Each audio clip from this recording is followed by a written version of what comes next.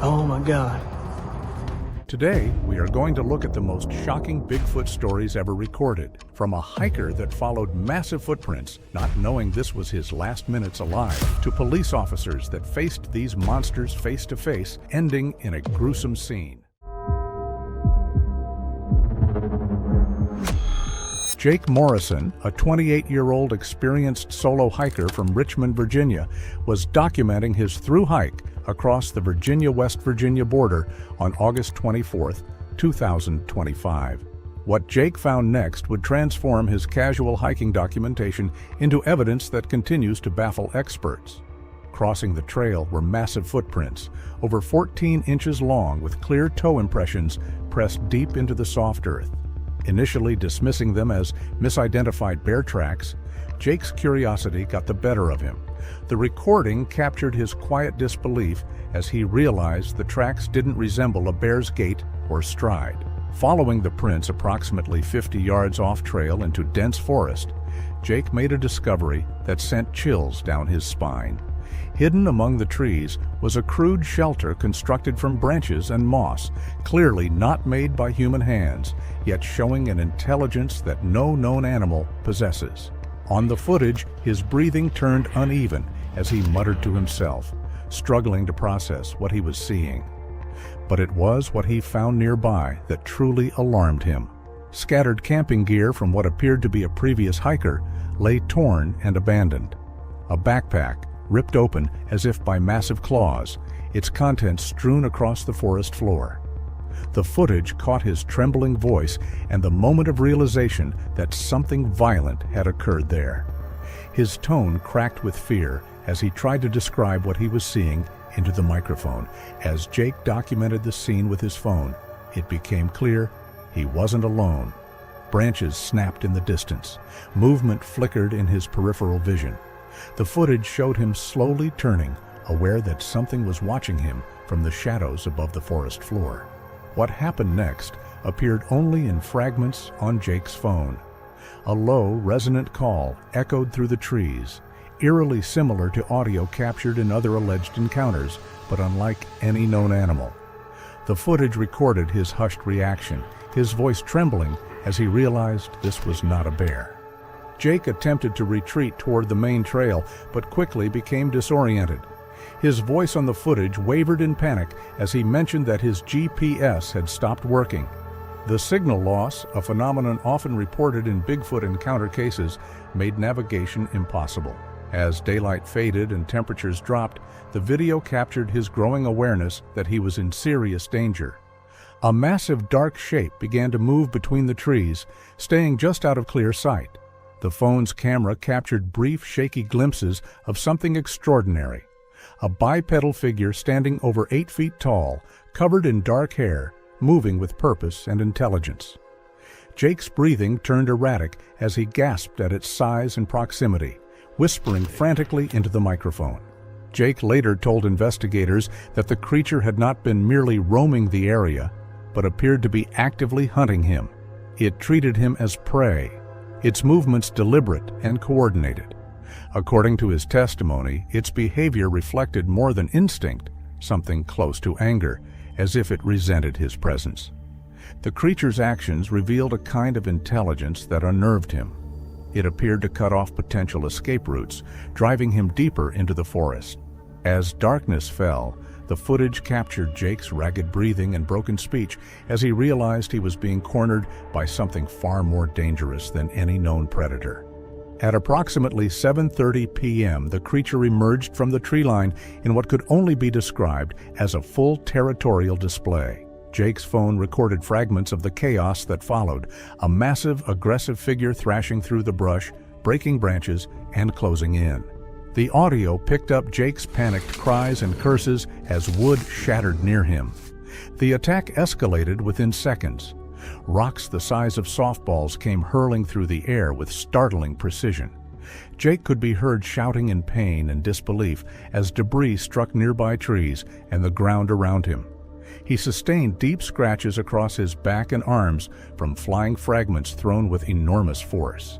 Investigators later noted that Jake's account described the creature using projectiles with deliberate intent. It had not simply thrown debris in panic. It appeared to select specific rocks, aim, and adjust, showing awareness of its effect. On the footage, Jake's voice dropped to low, incoherent muttering between gasps of pain and fear. The creature's vocalizations shifted from the initial territorial calls to explosive roars and high-pitched screams, sounds that Jake would later describe as pure rage. What followed was a desperate chase through the dense forest as night fell.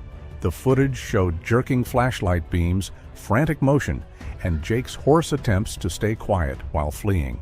The pursuit ended with a loud crash and the sound of rushing water as he fell into a creek bed, injuring his ankle, but temporarily escaping his pursuer.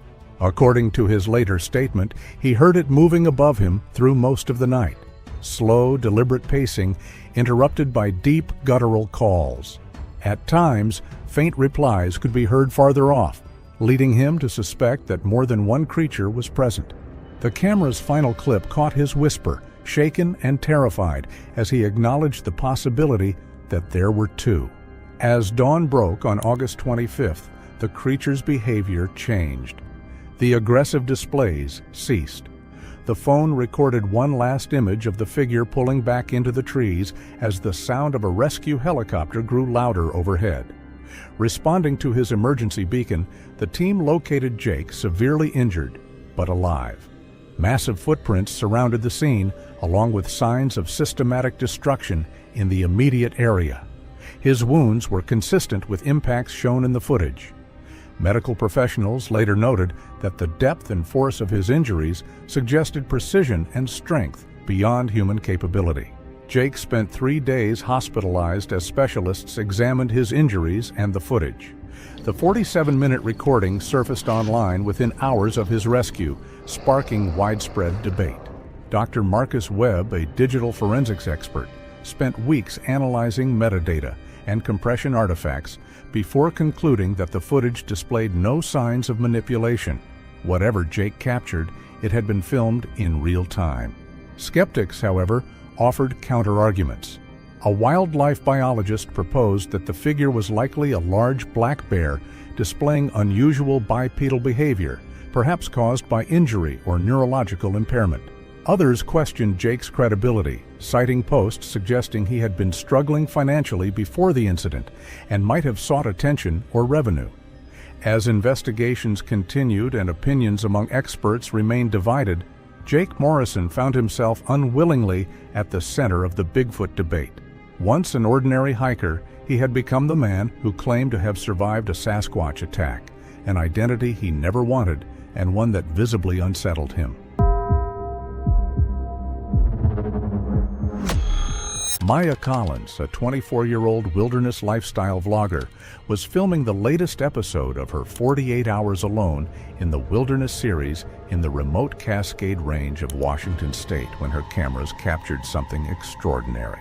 On September 15, 2019, Maya began her typical upbeat educational content about wilderness survival and nature appreciation. Her footage would later be analyzed frame by researchers worldwide, revealing details that Maya herself wouldn't notice until much later. Maya's initial footage follows the familiar pattern of wilderness vlogging content.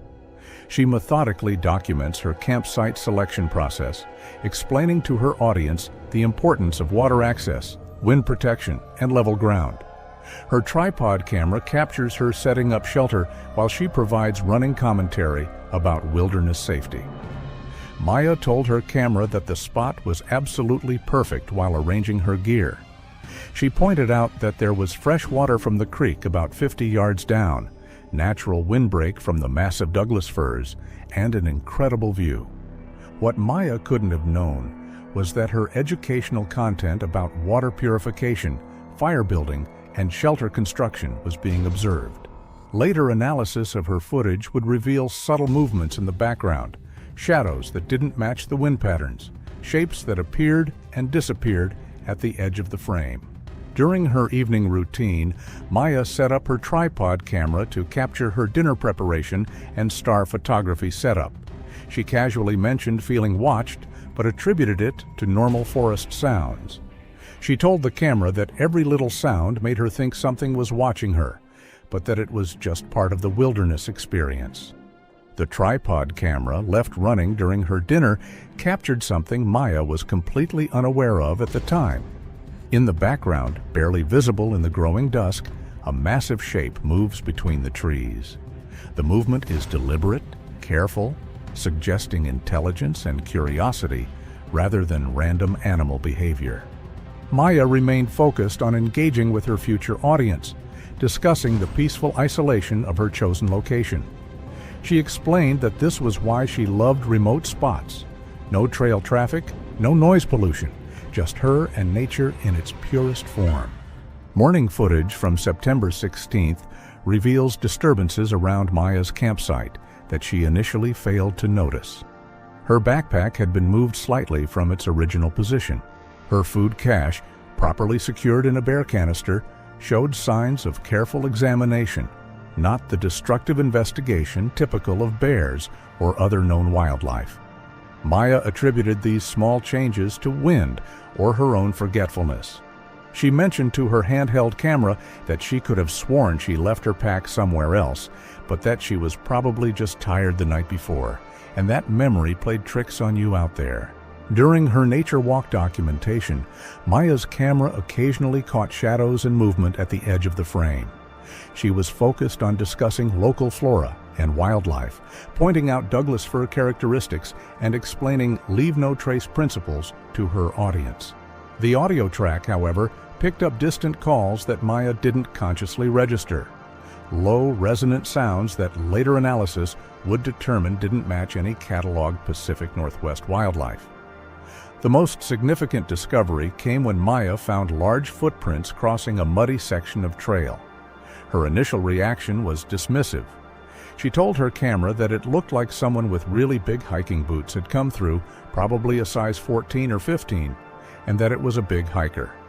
Later measurement would reveal the prints were over 16 inches long with clear toe impressions and a stride length impossible for human locomotion.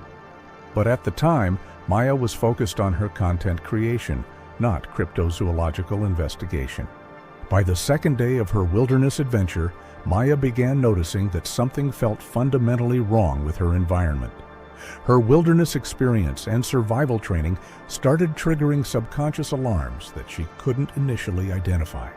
She mentioned to her camera during her morning routine that the forest seemed unusually quiet and that she hadn't heard any bird calls since waking up. She added that it was actually kind of weird for that time of year. During her exploration hike, Maya discovered broken branches in patterns that her trained eye recognized as deliberate rather than natural. Large limbs had been snapped at heights that suggested something much taller than a human had passed through the area. The breaks were fresh, occurring sometime during the night while she slept. Maya's wilderness knowledge began connecting dots that her conscious mind wasn't ready to accept. She explained to her camera while examining the evidence that the branch breaks didn't match any known animal behavior, that bears didn't typically break branches that high up, and that the pattern was too systematic for wind damage. Concerned about potential wildlife activity around her campsite, Maya made a decision that would change everything. She set up a motion-activated camera at her campsite perimeter, telling her audience that she just wanted to see what visited at night, and that it could be elk or bears, and that it was better to know what they were sharing the forest with. That evening's footage would capture something that defied explanation. While Maya slept peacefully in her tent, a massive silhouette moved past her camp. The shape was clearly bipedal. Most remarkably, it appeared to be observing Maya's campsite without disturbing anything, behavior further strengthening the curiosity rather than predatory intent theory. Maya's discovery of the night footage the following morning marked the turning point of her wilderness adventure. Initially excited about capturing what she assumed was a bear or elk, Maya began reviewing the motion camera footage on her camera's playback screen. She commented with excitement to her handheld camera that they definitely had a visitor the previous night and that it was going to be great content, adding that she was about to see what they caught. The gradual recognition of what she was actually seeing played out in real time on her recording. Her excitement slowly transformed into confusion, then disbelief, then genuine fear as she enhanced the footage and examined it more closely. She whispered to her camera that it wasn't a bear, that the proportions were all wrong, and that it was walking completely upright. The reality of her situation hit Maya like a physical blow. She was alone in the wilderness with an unknown creature of massive proportions.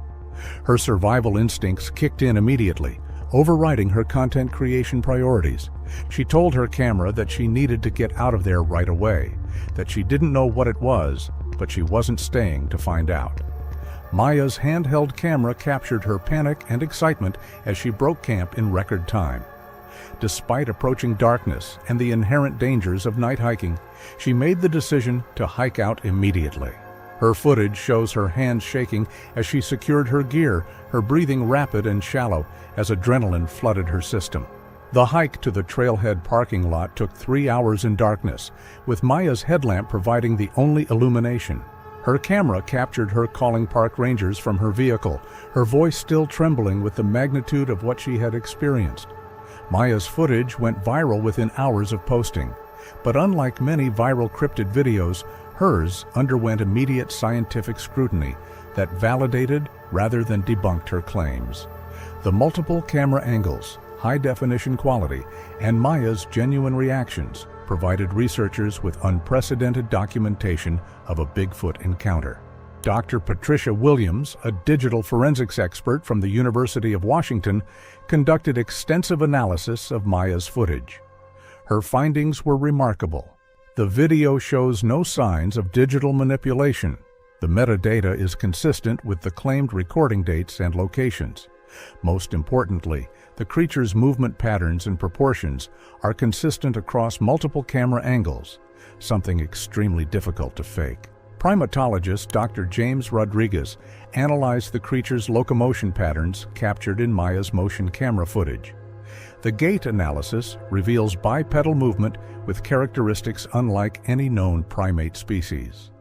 The stride length suggests a creature standing between 8 and 9 feet tall, with arm proportions that don't match human anatomy. Maya's transformation from wilderness vlogger to reluctant cryptozoology celebrity happened overnight. However, Maya has used her platform responsibly, advocating for Bigfoot habitat protection and supporting scientific research into cryptid phenomena. Maya later reflected in a follow-up video that she had never intended to become known for the Bigfoot incident. Her original goal was simply to share her love of the wilderness. Over time, she expressed that if her experience brought more awareness to the need to protect these creatures and their habitat, then the ordeal had at least served a purpose. But not everyone is lucky enough to survive to tell a tale. The next solo traveler would step into the remote Cascades, unaware that the forest could prey not just on bodies, but on a fragile mind already fraying.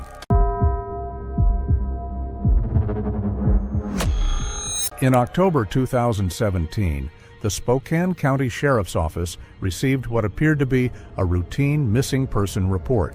Robert Bobby Kellerman, a 43-year-old construction worker, had failed to make his court-mandated phone call to his children. His ex-wife Jennifer was concerned, but not panicked. Bobby had been struggling since their divorce and often disappeared for days at a time. A grainy black and white footage shows a figure emerging from an apartment building at 3:47 a.m. Bobby, 43, adjusts a large backpack and walks into the darkness. This would be the last clear image of him alive. Bobby was a man coming apart at the seams. A construction worker from Spokane, Washington. He'd lost everything that mattered to him in the span of 6 months. His marriage to Jennifer had crumbled under the weight of his depression and drinking. The custody battle that followed took his children away.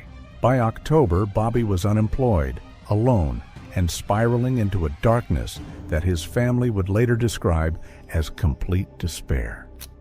What happened next would transform a routine missing person case into something far more disturbing. Detective Sarah Martinez of the Spokane County Sheriff's Office has spent 15 years investigating missing persons cases. When investigators reconstructed Bobby's final days, a distinct pattern began to form. It wasn't random. There was a visible progression, a deterioration that could be followed through surveillance footage and multiple eyewitness accounts.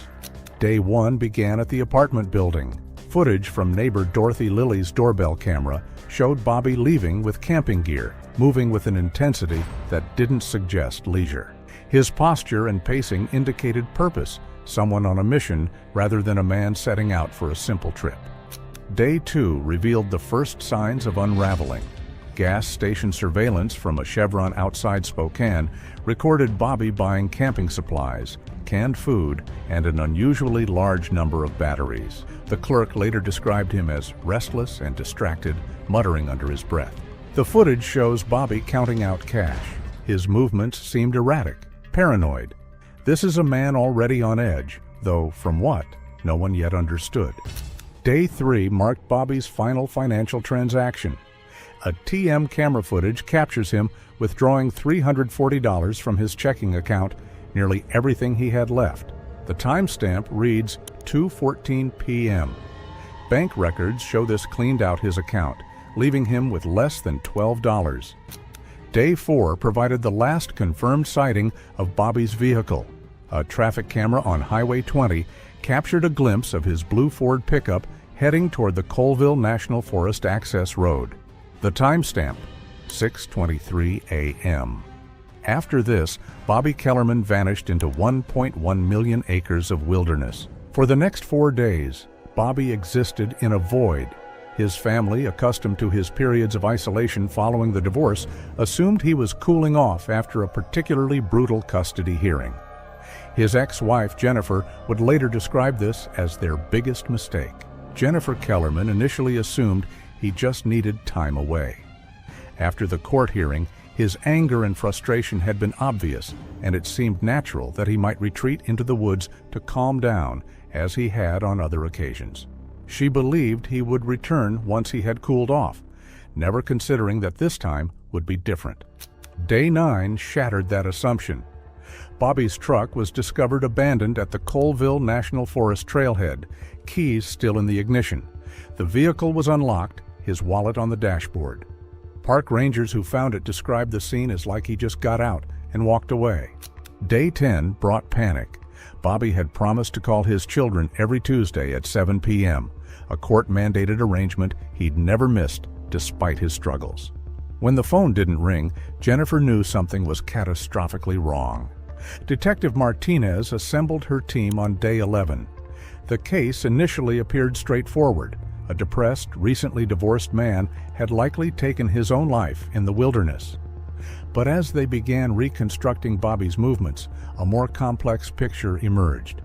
Martinez noted that missing person cases in wilderness regions typically fell into clear categories: suicide, accidental death, or voluntary disappearance. Yet Bobby's situation contained elements that fit none of them. The key breakthrough came from an isolated property owner named Harold Winters, a 78-year-old who lived 12 miles from where Bobby's abandoned truck was discovered. His cabin stood along a rugged Forest Service road that few vehicles could reach. On the 6th day of the search, footage from Winters' doorbell camera revealed something unexpected. The video showed Bobby approaching the cabin door, disheveled and filthy, his clothing torn. When Winters answered, Bobby's voice, faintly picked up on the camera's microphone, carried a single urgent plea for food. According to Winters' later statement, Bobby seemed agitated. Though offered shelter, he refused to enter, insisting that he couldn't remain in one place for long. He accepted a few cans of food and water, then vanished back into the forest. Investigators interpreted this as critical insight into Bobby's deteriorating state of mind during his final days. He seemed paranoid and sleep-deprived. Search operations immediately expanded around the area near Winters' cabin.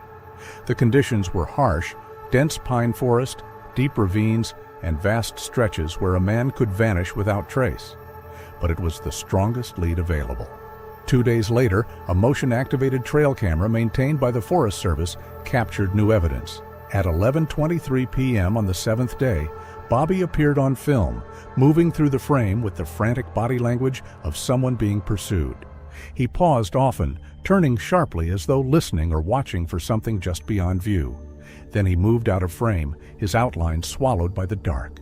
The footage convinced investigators that the case had shifted far beyond the realm of a simple disappearance.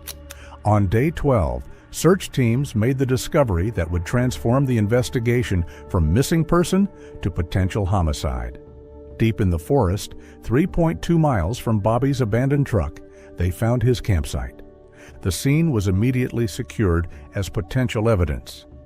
Bobby's tent remained standing, but everything else told a story of chaos and abandonment. His sleeping bag lay partially outside the tent, personal items scattered across the forest floor.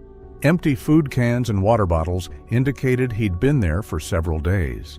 Crime scene technician David Park cataloged the site with clinical precision. His assessment indicated Bobby had lived there for several days, likely 4 or 5, judging by the multiple fire rings, food scraps, and a shallow trench he had dug for waste. The layout suggested long-term isolation rather than a temporary camp. Inside the tent, investigators found the clearest evidence of his decline, a worn composition notebook filled with increasingly erratic entries. The early pages held ordinary frustrations, cold nights, dwindling supplies, bitter reflections on his divorce, and court battles. As the days passed, the writing fractured. Sentences shortened, looping into disjointed thoughts and warnings. Day 8. Something big moving around last night, probably a bear, sounded heavier. Day 9. It's back, circling again. Smells wrong. Wet fur and rot. Bears don't smell like that. Day 10. It's closer. Heard it breathing. Too big, not an animal. Among his belongings were full bottles of antidepressants and anxiety medication, untouched. Empty liquor bottles instead hinted at how he'd been coping, his fear amplified by withdrawal and intoxication. His cell phone, dead when recovered, held the final record of his night. Dozens of blurry, hurried shots of the forest surrounded his camp. Most showed only darkness and trees, but the timestamps told a pattern, taken hours apart through the night, evidence of a man convinced something was watching him. 40 yards from Bobby's campsite, search teams discovered what would become the most crucial evidence in the case. The forest floor showed clear signs of a violent struggle, unlike anything the experienced investigators had seen before. Detective Martinez described the scene as unlike anything in his career. The disturbed area spanned roughly 20 square yards. Trees bore bark stripped off up to 10 feet high, and thick branches lay splintered across the ground. The soil itself was deeply churned, as if something immense had thrashed through the clearing. The physical evidence told a violent story. Strips of Bobby's flannel shirt hung from branches, shredded rather than torn by cutting tools. His backpack, the same one seen in the apartment security footage 12 days earlier, had been ripped apart and scattered across the site. Crime scene photographs showed destruction far beyond what could be caused by human hands or known wildlife. Blood traces on fabric and nearby stones confirmed his presence. DNA tests matched Bobby. The distribution of stains indicated sudden impact and high force, consistent with a catastrophic struggle. What changed the tone of the investigation were the impressions found in the soft earth nearby. Several massive footprints, each over 16 inches long, showed the clear outline of toes, arches, and heels. The spacing between them indicated a stride consistent with a bipedal figure standing 8 to 9 feet tall. As news of the unusual evidence spread, Detective Martinez found herself dealing with a case that had grown far beyond a typical missing person investigation. The FBI's Behavioral Analysis Unit was called in to provide expertise on the psychological aspects of the case. Special Agent Rebecca Torres reviewed the full timeline of Bobby Kellerman's final days.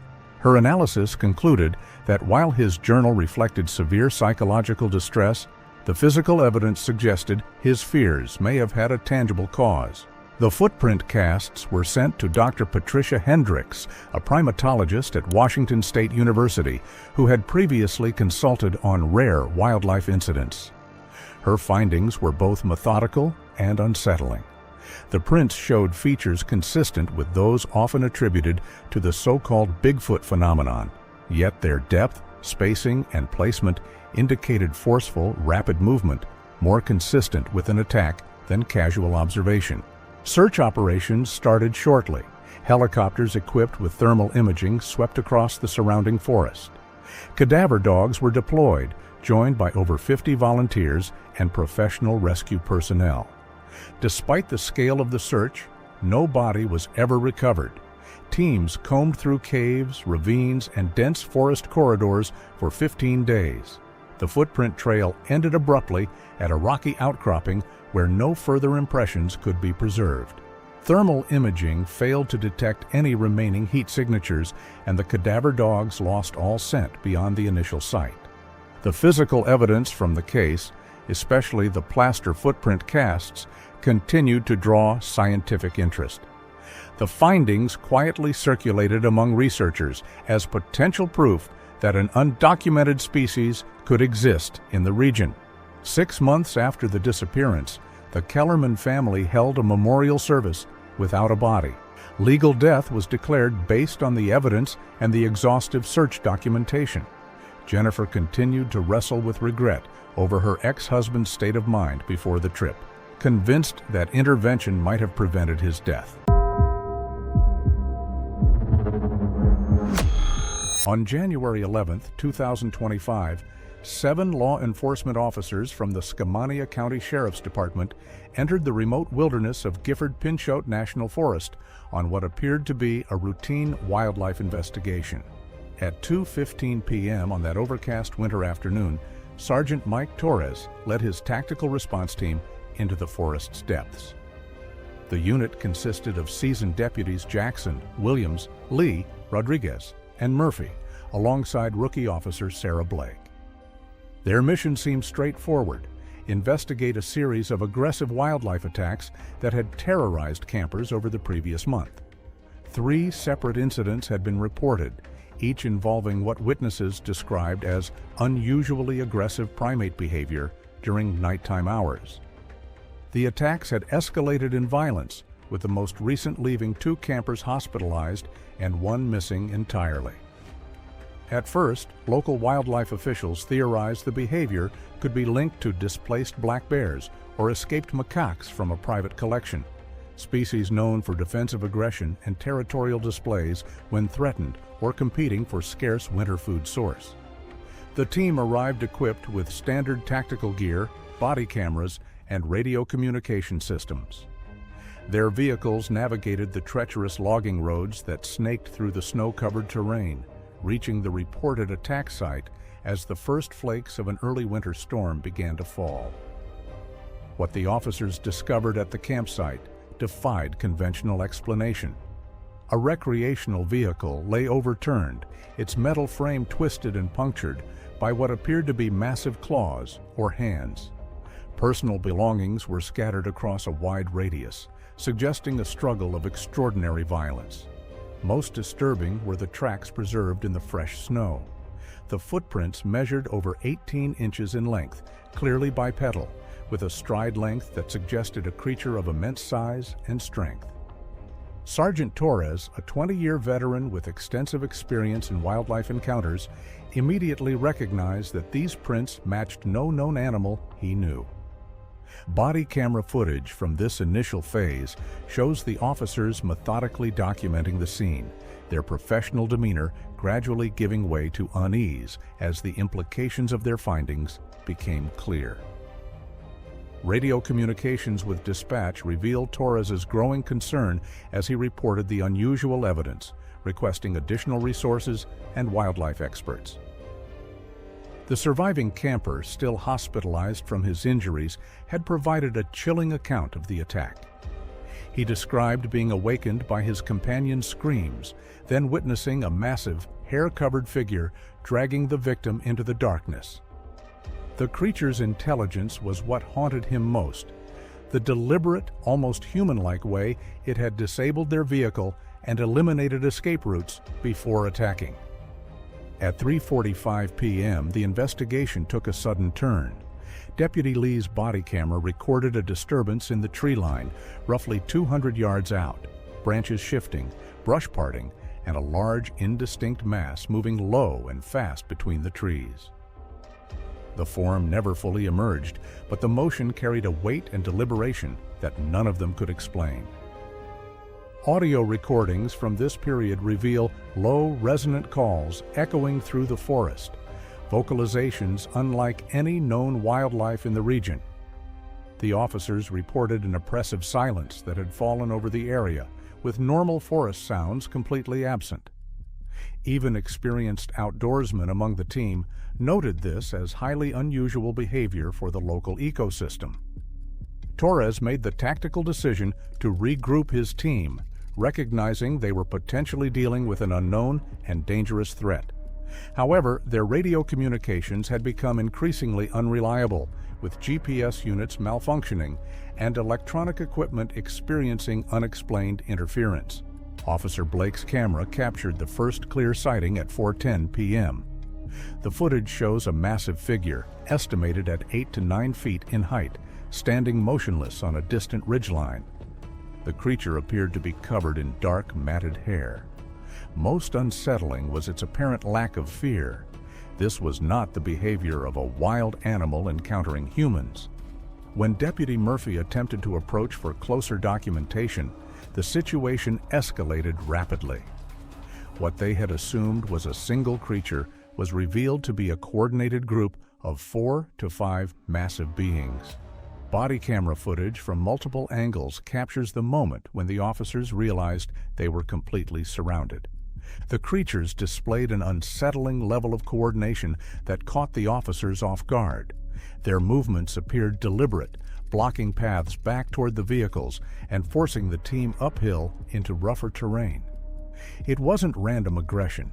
It felt organized, as if the animals were responding to each other's cues. Standard law enforcement firearms proved largely ineffective against the attackers as they opened fire. Officers reported through radio that even direct hits seemed to have minimal impact, with the creatures showing remarkable resilience to conventional weapons. Radio communications became completely unreliable at this critical moment, with desperate calls for backup met, only with static. The officers found themselves isolated in hostile territory, facing an enemy unlike anything in their training or experience. Deputies Jackson and Williams were the first casualties, their body cameras going dark after capturing terrifying footage of the coordinated attack. Sergeant Torres attempted to maintain unit cohesion and coordinate a defensive response, evident from the recording, but the creature's systematic approach quickly overwhelmed standard law enforcement tactics. Piecing together the evidence, what followed was not a chaotic animal attack, but a methodical elimination of the entire unit. The creatures demonstrated learned behavior, suggesting previous encounters with armed humans. Officer Blake's body camera captured the most complete record of the encounter. Her footage shows the rookie's terror as she witnessed her colleagues being systematically overwhelmed by these beings. Sergeant Torres's final transmission, captured at 4:35 p.m., was a desperate mayday call requesting immediate evacuation and military support. His camera went dark moments later, leaving only the audio of his final moments. 3 officers initially survived the initial assault, Deputies Lee and Rodriguez, along with Officer Blake. Their body cameras document a harrowing retreat through increasingly treacherous terrain as winter conditions worked against them while seemingly favoring their pursuers. Every attempt to reach the patrol vehicles was thwarted, with the officers eventually discovering their transportation had been deliberately disabled or destroyed. Officer Blake, despite her terror, continued documenting the encounter, recognizing the importance of preserving evidence of what was happening to her unit. As darkness approached at 5:45 p.m., the surviving officers were driven to a rocky outcropping. Deputy Lee's final coherent radio transmission reported their position and requested immediate military intervention. Officer Blake's final body camera footage shows her attempting to hide memory cards from the various recording devices, recognizing that preserving evidence might be more important than her own survival. When backup units finally reached the scene that evening, they found only destroyed equipment and the carefully hidden memory cards that Officer Blake had managed to conceal. The massive search operation that followed involved federal agencies and military resources, but no trace of the missing officers was ever recovered. The official investigation concluded that the 7 officers had been killed by an unknown predator, with their bodies likely consumed or carried away by scavengers. However, the body camera footage tells a different story, one that challenges our understanding of what inhabits the remote wilderness areas of the Pacific Northwest. The Gifford Pinchot incident represents more than just a tragic loss of life. It provides documented evidence of intelligent, coordinated beings operating in our national forests with capabilities that far exceed anything in the known animal kingdom. The question that haunts investigators is not whether these creatures exist, but how long they have been systematically eliminating those who venture too deep into their territory. The 7 officers who entered Gifford Pinchot National Forest that January day were experienced professionals equipped with modern technology and weapons. Their fate serves as a sobering reminder that there are still mysteries in our world that conventional law enforcement is not equipped to handle. What vanished in the forests of Washington under military silence would reappear half a world away in Nepal, where another lens caught movement in the snow and captured something watching from the storm.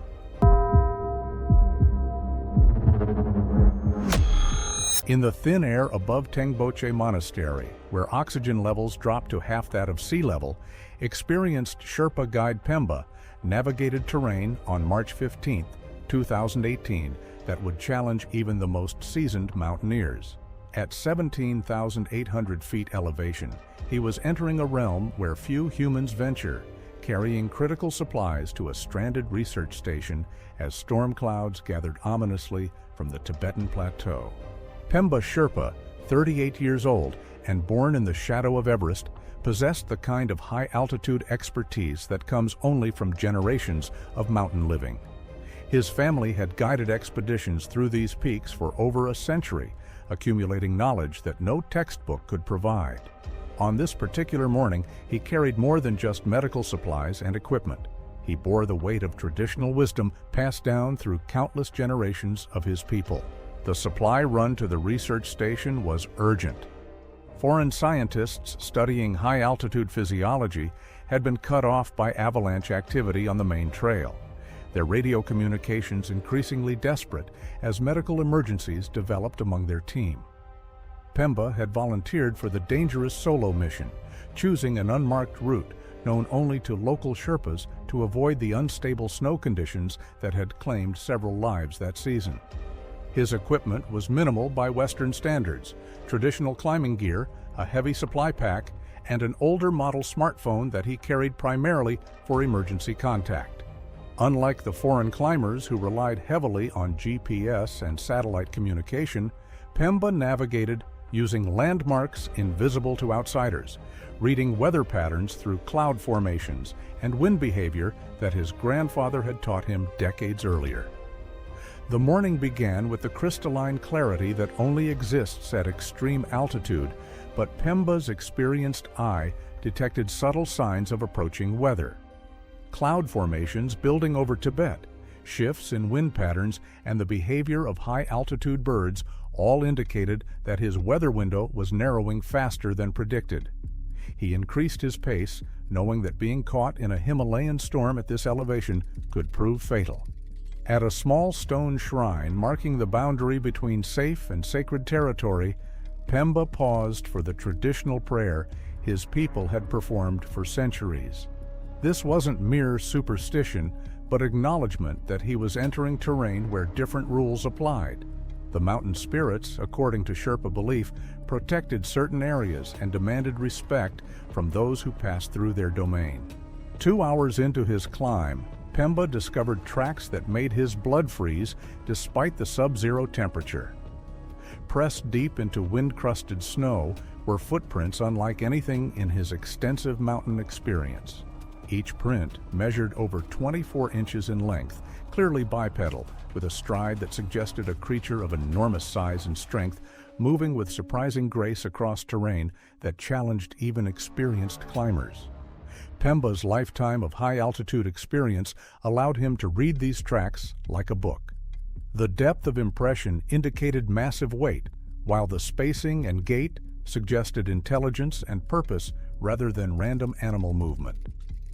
Most disturbing was their direction. The tracks paralleled his route toward the research station, as if whatever made them was following the same path. With hands shaking from both cold and recognition, Pemba used his phone to document the discovery. The device's battery drained rapidly in the extreme conditions, forcing him to conserve power for genuine emergencies. But these tracks represented something that transcended personal safety. They were evidence of what his people had known for generations, but the outside world dismissed as folklore. Traditional Sherpa knowledge immediately identified these prints as matching elder descriptions of Yeti encounters. This wasn't the first time such evidence had been found, but it was the first time someone with both cultural understanding and modern documentation tools had encountered it. Pemba realized he might be walking into territory that his ancestors had warned about for centuries. As he continued climbing, Pemba began noticing other signs that his traditional training had taught him to recognize. Ice formations were broken in patterns that suggested something large and dominant controlled this area. Deep calls began echoing off the surrounding peaks, vocalizations unlike anything in Pemba's extensive knowledge of Himalayan wildlife. The sounds carried a resonance that seemed to vibrate through the mountain itself, suggesting vocal cords of enormous size and power. Using his phone's limited recording capability, he captured brief audio samples, though the device's microphone struggled with both the extreme cold and the acoustic properties of the thin air. Weather conditions were deteriorating faster than his traditional forecasting had predicted. Visibility dropped to 20 feet as blowing snow created whiteout conditions that would have been fatal for less experienced climbers.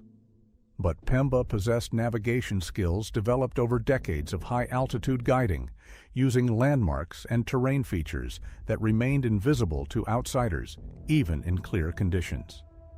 Despite growing fear, his sense of duty to the stranded researchers drove him forward.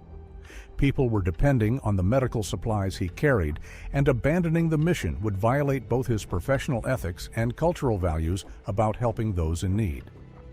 The approaching storm meant this might be the last opportunity to reach the station. On March 9, 2023, a thermal drone clip surfaced online showing what appeared to be a tall figure dragging a human body through a forest clearing in Northern California. At first dismissed as a hoax, the footage soon drew attention from investigators and revealed a disappearance that no one could explain. A 30-second thermal drone video appeared online early in the morning on March 9, 2023. Someone posted it on a small Discord server that people used for tracking wildlife. The video showed two heat signatures moving across a clearing surrounded by thick forest. One figure stood upright. The other was lower and not moving. The taller figure appeared to drag the smaller shape by the arms. The ground was steep with drainage channels. There was no audio except the sound of drone rotors. Within hours, people started sharing the file on Reddit communities about cryptids. Different people gave it different titles when they reposted it. The version that spread most widely said it showed a Sasquatch dragging a body and described it as raw thermal footage that had leaked. The username of the original uploader matched an email address linked to Darren Klein. Klein ran a YouTube channel with over 2,000 subscribers. He made videos exposing fake Bigfoot content. He built his audience by recreating viral sightings and explaining how angles, lighting, or costumes could make ordinary footage look strange. His previous videos included ones about debunking sightings in the woods, faking thermal images with heaters, and explaining drone tricks with night vision. People watching assumed this new clip was part of another one of his experiments. The main difference was that he had not uploaded it to his YouTube page. Instead, it came from a file-sharing link in a private Discord chat. The file name was listed as 6riverstest_footage 1.mov. Volunteers from his most recent project used that chat. Darren Klein was 29 years old and lived in Redding, California. He studied media production for 2 years, but left college to work on content creation full-time. His work focused on what he called critical skepticism. He tried to prove that unusual claims could be explained through practical effects. He often worked with small teams of assistants and people who knew about lighting or drones. In February 2023, Klein announced a new series he planned to call Fake the Myth. Each episode would recreate famous cryptid footage using modern equipment like thermal imaging, motion sensors, and drones. He wanted to show how technology could change what evidence looked like. His first episode was supposed to be about Bigfoot sightings in 6 Rivers National Forest near the California-Oregon border. People had been reporting sightings in that area for decades. The forest was remote and did not have much park supervision. He recruited 2 local volunteers through a filmmaking forum. One was Eli Ward, who was 23 years old. Eli had taken drone technology courses at a community college, but dropped out. He owned several custom-built drones and had done freelance aerial mapping for forestry contractors. He joined because he heard Klein needed help testing thermal sensors. Friends said later that Eli saw it as a way to build work samples for technical jobs. The other volunteer was Maya Rourke. She was a friend of Darren's who handled lighting and site coordination. The group planned to film over 3 nights. They would use heat pads and heavy clothing to create shapes that looked like creatures on camera.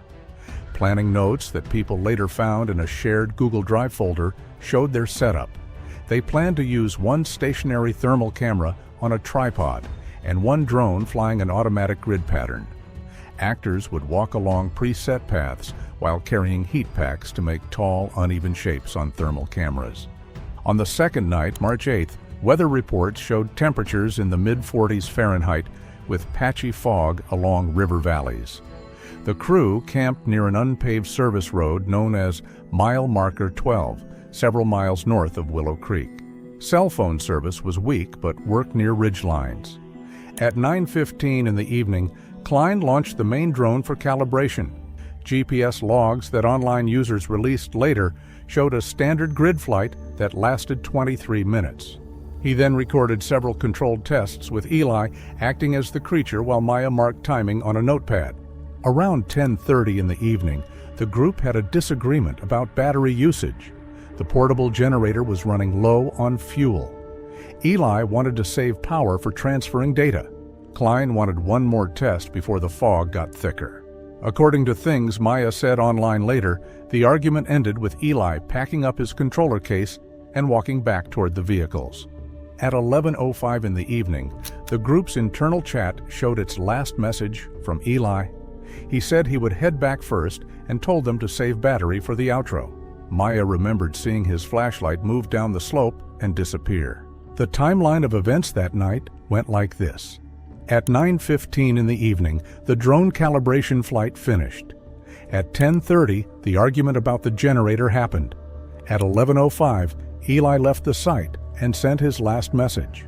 At 11:40, the drone battery was at 22%, and Klein started a final flight manually. At 12:10 in the morning, the flight log showed the connection was lost due to signal obstruction. At 12:18, the drone returned automatically to where it launched. Klein later told viewers in a short community post that all usable footage had been stored and backed up. He said it would be edited for an upcoming video. He did not mention anyone missing. 2 days later, an anonymous user with the handle river_heat posted a download link to the Discord group that had been organizing props and location details. The message only said to look closer at a frame glitch at 2:06 in the morning. The file's metadata showed it was created at 2:06:14 in the morning, Pacific time on March 9th. That was almost 2 hours after Klein said his last flight ended. People who first saw it assumed it was a mislabeled test or a reposted copy. The footage showed the same clearing and same rock outcrop, though, confirming it was recorded at the crew's location. Analysts extracted GPS, altitude, and battery data from the SRT telemetry bundled with the clip and EXIF on the master. The coordinates matched the 6 rivers locations in Klein's earlier uploads. The path data also showed the drone flew continuously from 2:01 to 2:08 in the morning. This suggested either an automated restart or someone manually launching it again during the night. The 2:01 to 2:08 a.m. path is not part of the earlier return to home sequence. It is a separate second sortie. By 9 in the morning, clips had reached larger forums. Titles varied. Some called it the real thermal capture of Sasquatch. Others said the debunker exposed himself or described it as leaked drone footage from 6 rivers. Users examined the video frame by frame. The most discussed timestamp was 2:06:27.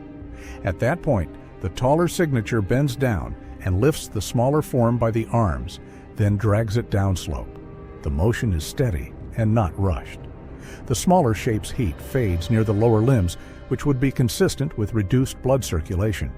Klein's fans started tagging him in threads, asking for an explanation. He replied once from his verified Reddit account. He said it was part of a staged test and the clip was out of context. He said no one was hurt. He did not upload the footage to his own channel. Thermal analysts pointed out several things that did not make sense. The drone platform was a DJI Mavic 3T with a 640 by 512 thermal module. Its logs showed the aircraft could not self-launch from a motion or heat trigger. It needed either a manual command or a queued scheduled mission. Telemetry indicated the 2:01 a.m. flight began roughly 150 yards north of the original launch point. Battery data read as a fresh pack, meaning the system had been repowered and a new battery mounted before takeoff, at odds with Klein's earlier claim that the generator was shut down for the night. In later uploads, viewers noticed a brief light bloom in the upper corner of the frame between 2:05:42 and 2:05:45. It might have been a reflection from the drone's housing. When people increased the contrast, a second moving shape appeared faintly behind the main reflection. The outline appeared broader than a typical human profile, with an irregular thermal signature showing a cooler core and slightly warmer extremities, consistent with dense insulation, fur, or layered fabric, plus humidity angle artifacts common in thermal imaging. A comparison that Reddit user OpenXIF posted overlaid known height ratios from Klein's past videos. The smaller heat source measured roughly 5 feet 8 inches when scaled to terrain markers. That height matched Eli Ward within a 2-inch margin. When people contacted Eli through comments, his social media accounts showed no new activity after March 8th. A family member later told a local paper that he had been out on a filming trip and was not back yet. At this point, most viewers still thought the leak was an intentional publicity stunt. Others started compiling a timeline of missing person filings. None mentioned the crew by name during the first week. By March 12th, tech blogs were covering the story. It was described as either a thermal hoax or a crime scene. One asked if the footage was a prank that sparked a real police inquiry. Links to Klein's earlier debunking videos gained thousands of new comments accusing him of making things up or covering something up. Screenshots circulated of private messages between him and moderators. In those messages, he claimed someone had hacked his drive. Image analysis threads kept finding new details. One post compared the heat bloom pattern to that of a large primate, based on limb proportion and stride spacing. Another suggested it could be a man in a ghillie suit carrying an injured partner. No one agreed on what it showed. Local forestry workers later told reporters they had seen a small campsite abandoned near mile marker 12. 2 folding chairs, a tent, and a drain generator battery were there. A half-empty fuel can sit nearby. There were no signs of a struggle, but someone found a controller case with Eli Ward's initials 30 feet from the tent. The discovery brought new attention online. people pointed out that if the drone relaunched automatically, someone would need to be near the equipment to reconnect batteries. If it was manual, either Klein or another person was there at 2 in the morning. Investigators later confirmed that both surviving members of the filming group, Darren Klein and Maya Rourke, were questioned as part of routine procedure. No formal charges were ever filed against either of them, and Rourke later left the project. On March 14th, a higher resolution copy of the footage appeared on YouTube. It included metadata overlays showing exact timestamps, battery level, and GPS readouts. This upload reached thousands of views within 48 hours before being removed for privacy concerns. Copies spread to other platforms. Independent analysts reconstructed the final frame sequence.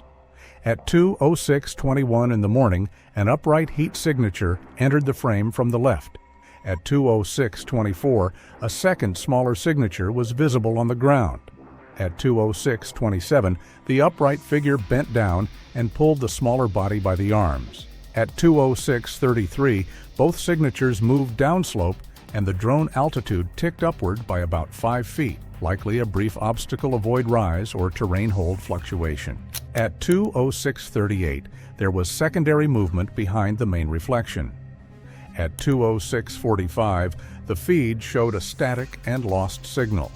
This sequence became the freeze frame most shared in articles and discussion videos. It was the first public evidence suggesting that the hoax footage might show an actual disappearance rather than a staged scene. Later walkthroughs noted scuffed duff and short parallel tracks downslope from the clearing, subtle but consistent with a body being dragged rather than carried. By the end of that week, nearly every repost had the same title. It said the footage showed a Sasquatch dragging a human body and described it as leaked thermal drone footage. After the high-resolution copy spread across platforms, online communities started analyzing it frame by frame. A Reddit thread became the main place for data review. Members pulled coordinates, flight logs, and temperature gradients using free software available to the public. People cross-referenced the embedded timestamps with Klein's original posts. They discovered the file was created at 2:06 in the morning, nearly 3 hours after the time Klein said filming ended. That difference became the starting point for what viewers began calling the timeline gap. A user named Data Anchor compared the leaked GPS data to the model's standard flight radius. He confirmed that the drone had lifted from a slightly different location, roughly 150 yards north of the original camp. The coordinates matched the ridge overlooking a narrow drainage channel leading to the creek. The metadata also showed a full battery charge and normal system temperature. This meant the drone had been reconnected to power before flight. The battery had not been low or overheating, as Klein said earlier. Within 2 days, a small group of tech-savvy volunteers released a detailed spreadsheet listing all recovered values from the file. One column marked user interaction time contained a hidden string reading 2:01:09 Pacific Time with a note saying manual input detected. It suggested that someone had physically tapped the drone controller or mobile interface at that moment. As the discussion expanded, someone found a missing person alert that had been sent to local rangers on March 15th. It listed Eli Ward, last seen on March 8th near mile marker 12, wearing a gray jacket and hiking boots. That information linked the footage to a real person rather than a simulation. Shortly after, a volunteer surfaced Eli's public Strava activity, auto-synced from his watch. The track and heart rate data run until 1:43 a.m., when both stopped suddenly. Investigators noted the drone's 2:01 a.m. launch occurred roughly 18 minutes after the watch data stopped. When both data sets were put on a graph, the path of Eli's last recorded movement ran parallel to the drone's flight coordinates for roughly 6 minutes before both signals ended at nearly the same GPS point. That alignment convinced many that Eli had still been in the area when the drone relaunched. No one could explain how the aircraft powered on or why its route matched a person's final recorded steps. Attention shifted to the Mavic 3T's behavior on the ground. Technicians noted its sensors can wake displays or prompt a pre-flight screen if powered and jostled, but they do not command liftoff. Recreations showed sudden temperature or motion near a stowed-powered aircraft could trigger a brief wake, yet a manual input or a scheduled mission was still required to launch. That narrowed theories to two. Someone on site executed a manual or scheduled launch, or a watchdog reboot resumed a queued mission after power was restored. A pure motion-triggered takeoff was ruled out by technicians. Discussion threads are divided into camps labeled manual launch, automatic wake, and staged upload. Each tried to account for the 2-hour timeline gap and Eli's disappearance. By mid-March, analysis reached single-frame detail. At frame 1842, viewers isolated a partial reflection at the edge of the screen, likely from a wet surface or metallic object. When the brightness curve was flattened, another motion trace appeared behind the reflection. It moved independently from the main heat signatures. It was broad-shouldered and irregular. The central temperature zone was colder than the surrounding outline, which would suggest dense surface coverage, such as heavy fur or layered clothing. A user compared the stride length to known human walking data. The ratio of shoulder width to leg length did not match typical human proportions. Other users said that sensor flare or double exposure could create the illusion of a second figure. The debate produced hundreds of diagrams, overlays, and simplified motion maps. But no one agreed.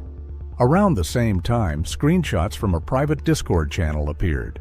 The messages were supposedly from Klein's project group, dated March 8th through 9th. In one, Klein wrote at 1:48 in the morning that the battery was still dropping and something was moving near the creek. He said he was staying up until the signal cleared. A later message at 1:52 in the morning said he was getting interference again and could not lock the GPS. The final message from the thread simply said that movement was registered north of camp. The authenticity of these logs could not be verified, but the timestamps matched the period when Eli's smartwatch last recorded movement. After the leak, Klein deleted the entire Discord server and restricted comments on his public channels. On March 18th, a local newspaper quoted an unnamed ranger from Six Rivers National Forest, confirming that a missing person search had been conducted near mile marker 12. The ranger declined to give details, but mentioned thermal imaging provided by civilians. 2 days later, a partial copy of an internal incident report appeared anonymously on an image site. A redacted header and cropped pagination were visible. The text stated that a subject was located in a drainage basin. Human remains were present and partial, consistent with scavenger activity. Evidence of animal hair contamination was noted during recovery. No name was listed, and the document did not specify whether the remains were identified. Independent reporters tried to verify the leak, but the Forest Service declined to comment, citing ongoing analysis.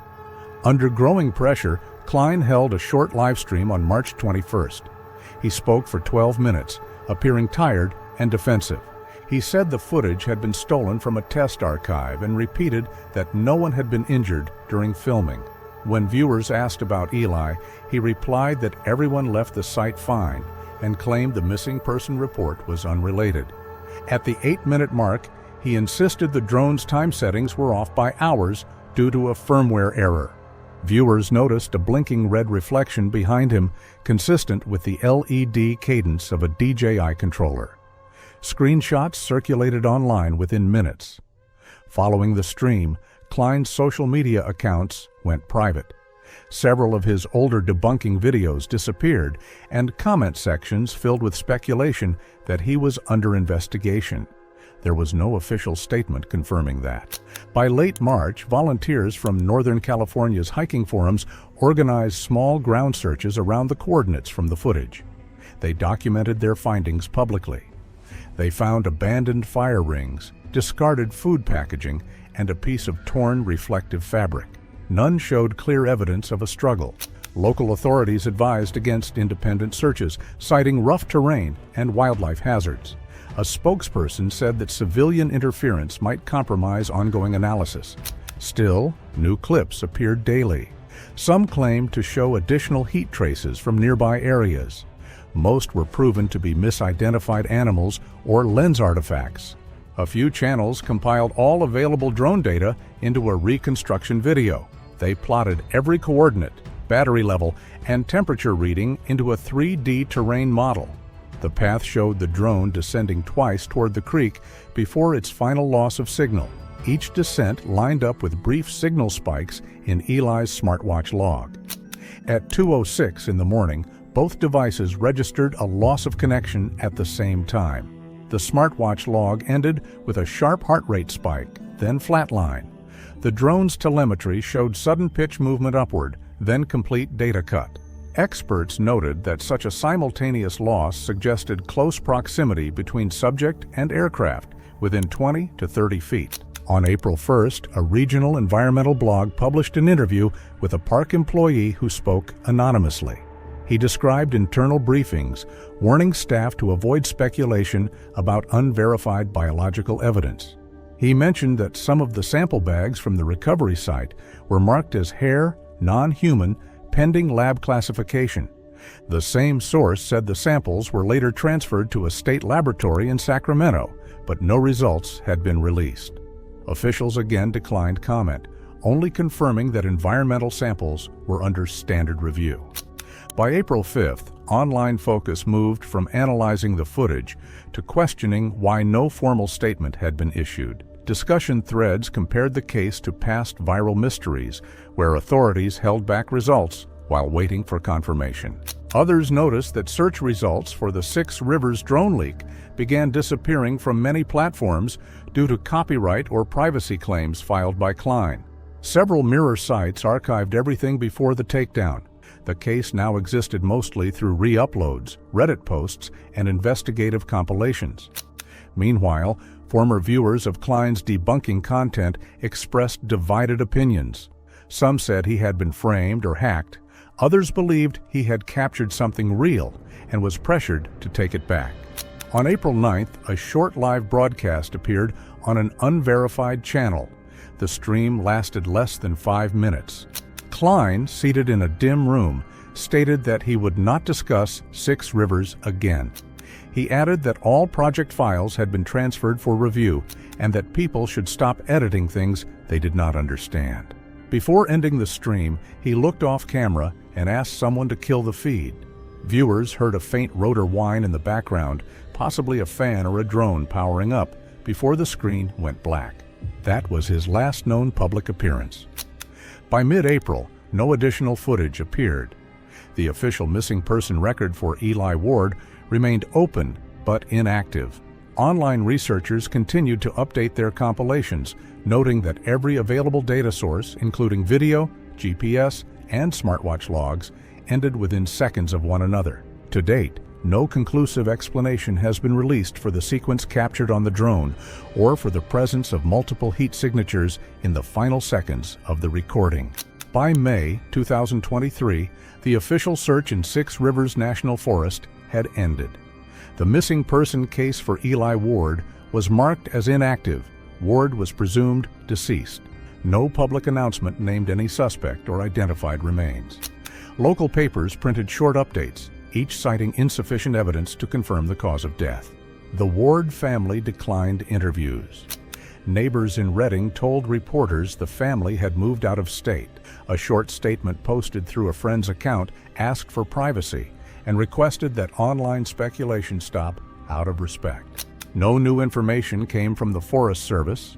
Requests for the internal report were denied under exemption clauses for active analysis. A spokesperson from the county sheriff's office said that physical material was still being evaluated, but no results were ever published. By early summer, the Six Rivers drone story was no longer covered by known outlets. What remained existed mostly and was limited in archived forum threads, video compilations, and mirrors of the original upload. The leaked clip itself continued to reappear under new titles every few weeks. Each version claimed to be the original. Some were cropped, some colorized, and others slowed or stabilized. Viewers studying the footage often argued about subtle differences between versions.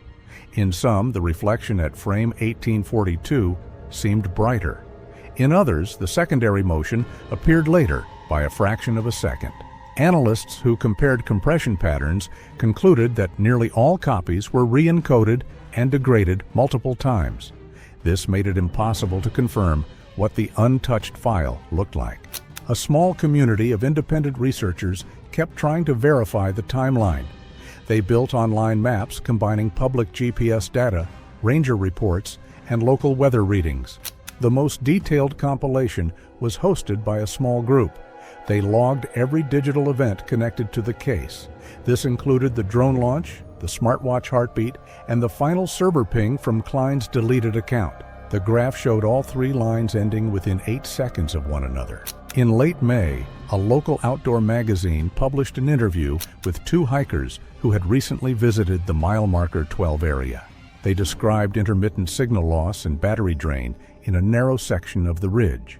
One said his thermal monocular briefly failed to register returns for several seconds, a cold gap likely caused by fog humidity, sensor non-uniformity correction, or angle-to-surface effects.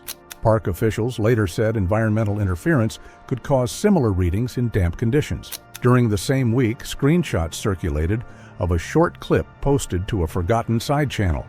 The video lasted 18 seconds. It showed a computer monitor displaying thermal static. White noise patterns moved across a black screen. At the 5-second mark, a faint heat silhouette appeared for 2 frames before fading. Then the image pixelated and cut to black. No sound accompanied the recording. The upload date was April 28th, 19 days after Klein's final live stream. The account was deleted less than an hour after the clip went up. Online users debated whether the upload was genuine. Some said it matched his past equipment layout. Others thought it was a fabrication made to extend interest in the story. No verification ever followed. By June, search teams had stopped returning to the area. Seasonal growth had covered most of the old campsites. Only small items remained in rangers' evidence storage. These included a fuel can, a partial tent pole, and 1 damaged drone propeller recovered downstream.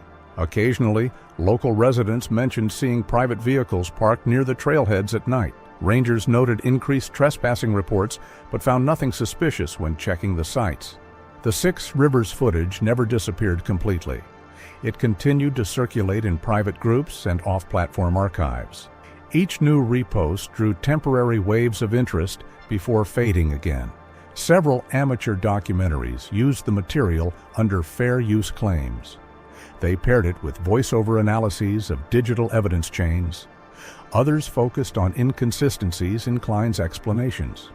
These included his timeline, his missing backup drives, and the vanished raw files from his Google account. In one podcast interview months later, a former collaborator who worked with Klein on earlier debunking projects said he had become withdrawn after the incident. According to her, he avoided public contact and refused to discuss anything involving 6 Rivers or drones. By late 2023, only a few details remained uncontested. The leaked file was real and originated from one of Klein's drones.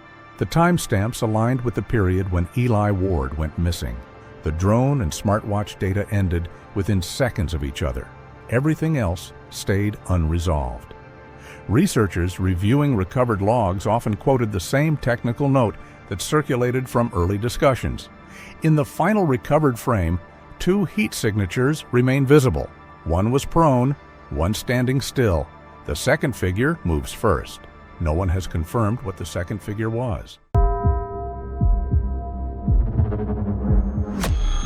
On August 12, 2022, 31-year-old Marcus Chen pitched his tent in what he thought would be a peaceful spot along the Cascade River in North Cascades National Park, Washington. A software engineer from Seattle who had been camping solo for over 6 years. Marcus was seeking a weekend escape from the digital world that consumed his weekdays. What began as a routine 2-night camping trip to clear his head would become the most harrowing experience of his life and challenge everything he thought he knew about what lurked in the Pacific Northwest wilderness. Marcus Chen had always been drawn to solitude. Growing up in the suburbs of Seattle, he discovered early that nature provided the perfect antidote to his high-stress career in tech. Every few weeks, he would load his Honda Civic with camping gear and disappear into the mountains, often not speaking to another human being for days at a time. His friends at work thought he was crazy for camping alone, but Marcus found these solo adventures essential for his mental health and creativity. The North Cascades had become Marcus's favorite destination over the past 2 years. The rugged peaks, pristine alpine lakes, and dense old-growth forests offered the kind of raw wilderness experience that was becoming increasingly rare in the Pacific Northwest. He had explored dozens of trails throughout the region, always seeking more remote locations where he could truly disconnect from civilization. For this particular August weekend, Marcus had chosen a relatively unknown camping spot along the Cascade River, about 15 miles from the nearest paved road. He had discovered the location through an obscure hiking forum, where a fellow backpacker had mentioned a hidden meadow beside the river that offered spectacular views of the surrounding peaks. The description promised solitude and natural beauty, exactly what Marcus was seeking.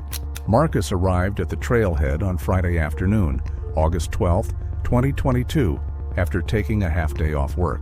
The parking area was completely empty, which wasn't unusual for such a remote location on a weekday. He spent 30 minutes organizing his gear and checking his equipment, including a new lightweight tent he was eager to test and a high-end sleeping bag rated for temperatures down to 20 degrees. His pack weighed 38 pounds, loaded with 2 nights' worth of food, camping essentials, and a few luxury items like a portable camp chair and a paperback novel he'd been meaning to read. Marcus had learned from years of solo camping that comfort items were worth their weight when you were spending extended time alone in the wilderness. The hike to his chosen campsite took just over 2 hours, following an old logging road that gradually narrowed into a single-track trail. The path wound through dense stands of Douglas fir and western hemlock, crossing several small creeks before opening into the meadow that had been described in the forum post. The location was even more beautiful than Marcus had imagined. A grassy clearing beside the rushing Cascade River, surrounded by towering peaks and ancient trees. Marcus spent the remainder of Friday afternoon setting up his camp and exploring the immediate area. He positioned his tent on a slight rise about 50 yards from the river, providing good drainage and a clear view of the surrounding forest. The spot felt perfect, secluded enough for complete privacy, but open enough to feel safe and comfortable. As evening approached, Marcus prepared a simple dinner on his camp stove while enjoying the peaceful sounds of the river and the gradual transition from daylight to dusk. He had always loved this time of day in the wilderness, when the forest seemed to come alive with subtle sounds and movements. The stress of his work week began to melt away as he settled into the rhythm of camp life. That first night passed without incident. Marcus slept soundly in his new tent, lulled by the constant sound of flowing water and the gentle rustling of wind through the trees. He woke refreshed on Saturday morning, looking forward to a full day of hiking and photography in the surrounding area. Saturday proved to be everything Marcus had hoped for. He spent the morning exploring upstream along the river, discovering hidden pools and small waterfalls that would have made perfect swimming holes if the water hadn't been so cold. The afternoon was devoted to hiking up a steep ridge that offered panoramic views of the North Cascades wilderness, stretching endlessly in all directions. As Marcus made his way back to camp in the late afternoon, he noticed something that hadn't been there when he left that morning. Near the edge of his campsite, pressed into a patch of soft earth beside the river, was what appeared to be a large footprint. The impression was roughly 14 inches long and significantly wider than any human foot, with clearly defined toe marks that suggested whatever made it had been walking upright. Marcus knelt beside the print, trying to make sense of what he was seeing. His first thought was that it might be a bear track, but the shape was all wrong. Bears left claw marks and had a completely different foot structure. This print looked disturbingly human-like, but far too large to have been made by any person. He spent several minutes examining the track, taking photos with his phone and trying to think of rational explanations. The print was fresh, made sometime during the day while he was away from camp. The depth suggested something very heavy, probably weighing several hundred pounds. Most puzzling was the fact that there was only one clear print visible, as if whatever made it had been careful to step only in that one spot of soft ground. Marcus searched the surrounding area for additional tracks, but found nothing conclusive. There were some disturbed areas in the vegetation, and what might have been partial impressions in harder ground, but nothing as clear as the single print near his tent. The discovery left him feeling unsettled, though he tried to rationalize it as probably being from some large animal he wasn't familiar with. As darkness fell on Saturday night, Marcus found himself more alert than usual to the sounds around his campsite. Every snap of a twig or rustle in the bushes seemed amplified, and he caught himself straining to listen for anything unusual. He had never been particularly nervous about camping alone, but the mysterious footprint had planted a seed of unease that he couldn't shake. Marcus eventually fell asleep around 11 p.m., but his rest was fitful and interrupted by strange dreams. He found himself waking periodically throughout the night, listening to the forest sounds and trying to determine if anything was out of place. Each time he woke, the wilderness seemed normal, just the usual symphony of insects, small animals, and wind through the trees. It was during one of these periods of light sleep, sometime around 3:30 a.m., that Marcus became aware of something moving near his tent. At first, he thought he might be dreaming, but the sounds were too distinct and too close to be imagination. Heavy footsteps were circling his campsite, moving with deliberate slowness as if trying not to make noise. Marcus lay perfectly still in his sleeping bag, his heart beginning to race as he realized this was no dream. Something large was walking around his tent, staying just far enough away to remain hidden in the darkness, but close enough that he could hear every footfall. The steps had a rhythm that suggested bipedal movement, not the four-legged gait of a bear or other large animal. For nearly 10 minutes, Marcus listened to the creature moving around his campsite. The footsteps would pause occasionally, as if whatever was out there was studying his tent or listening for signs of movement inside. During these pauses, Marcus could hear what sounded like heavy breathing, deep and rhythmic, like that of a large mammal. Then, without warning, the footsteps stopped directly beside his tent. Marcus could sense a massive presence just inches away from where he lay, separated only by the thin nylon wall of his shelter. His entire body was rigid with fear, and he found himself holding his breath as he tried to remain as still and quiet as possible. What happened next would haunt Marcus for months afterward. Something began to gently press against the side of his tent, as if a large hand was exploring the fabric. The pressure moved slowly along the wall, starting near his feet and gradually working its way toward his head.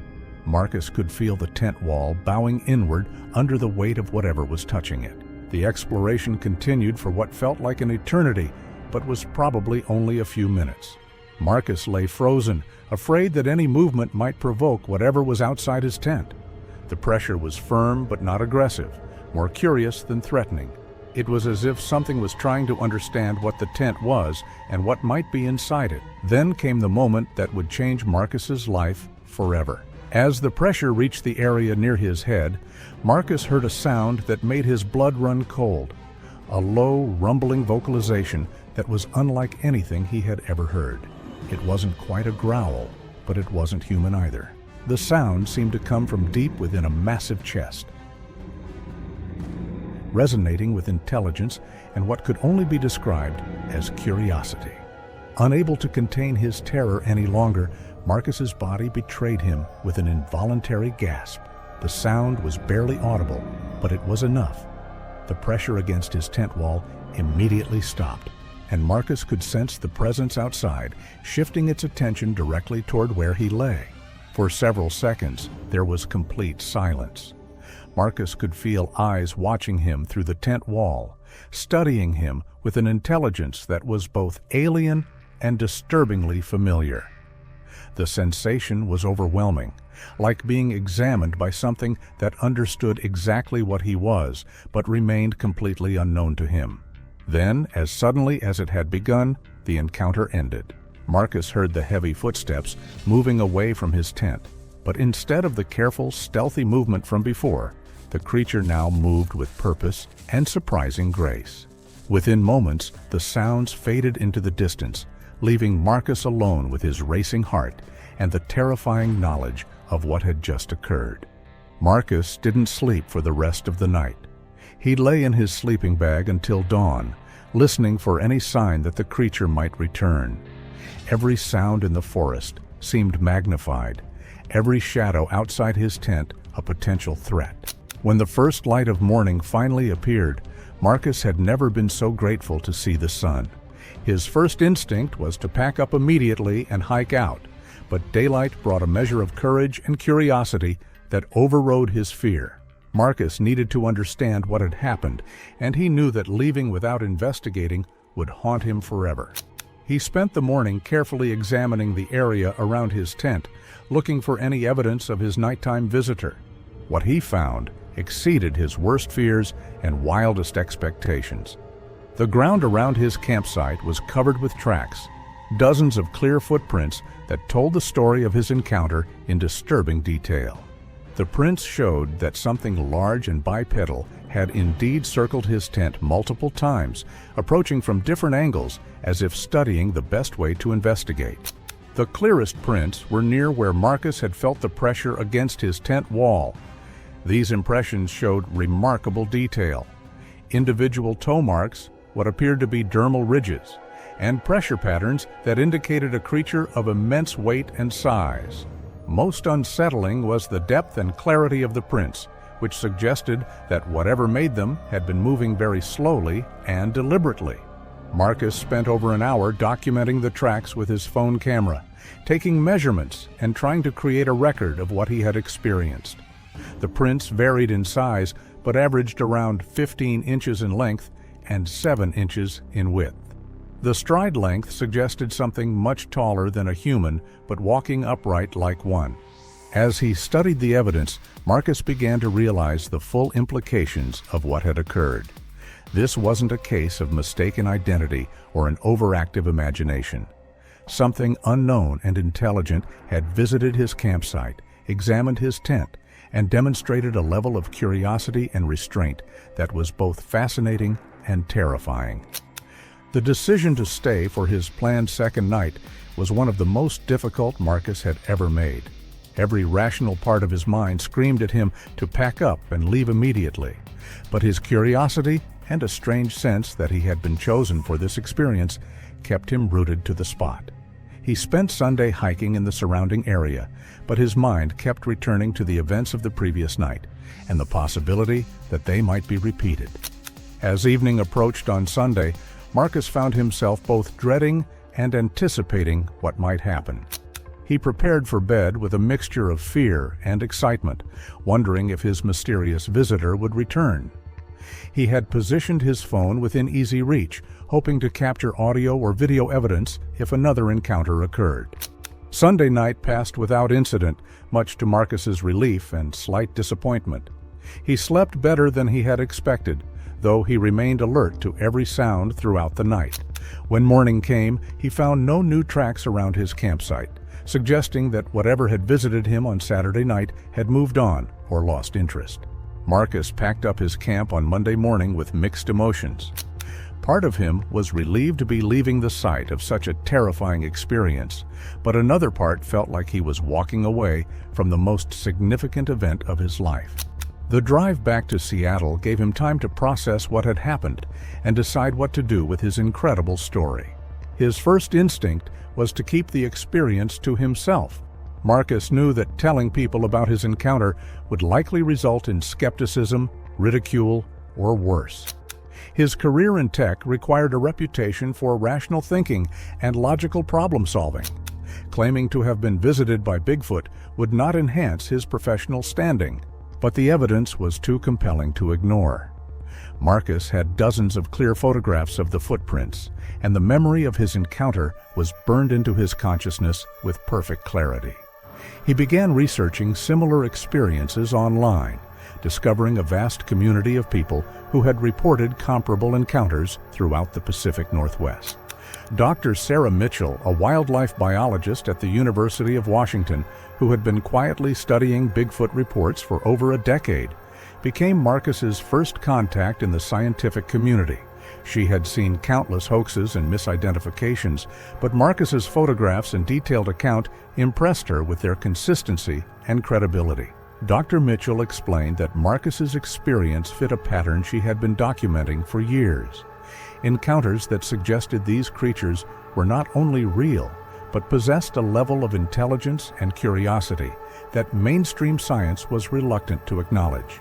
The gentle, exploratory nature of Marcus's encounter was particularly significant, as it suggested behavior that was investigative rather than aggressive.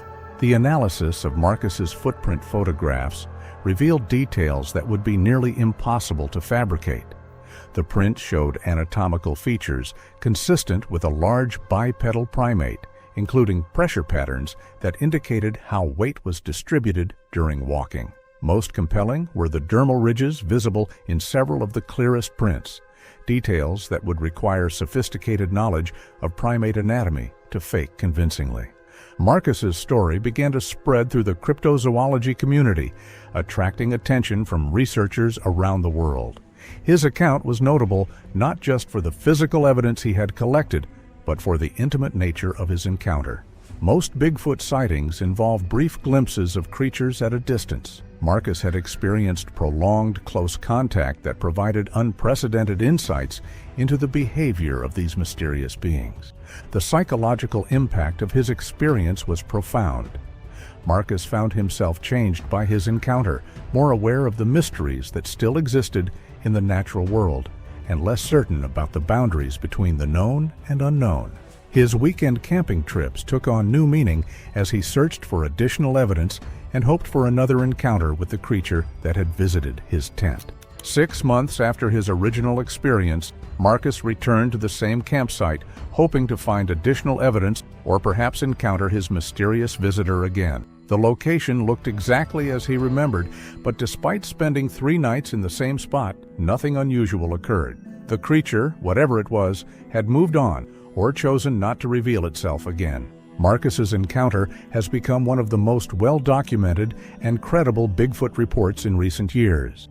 His background in technology, the quality of his photographic evidence, and the detailed nature of his account have convinced many researchers that he experienced something genuinely extraordinary.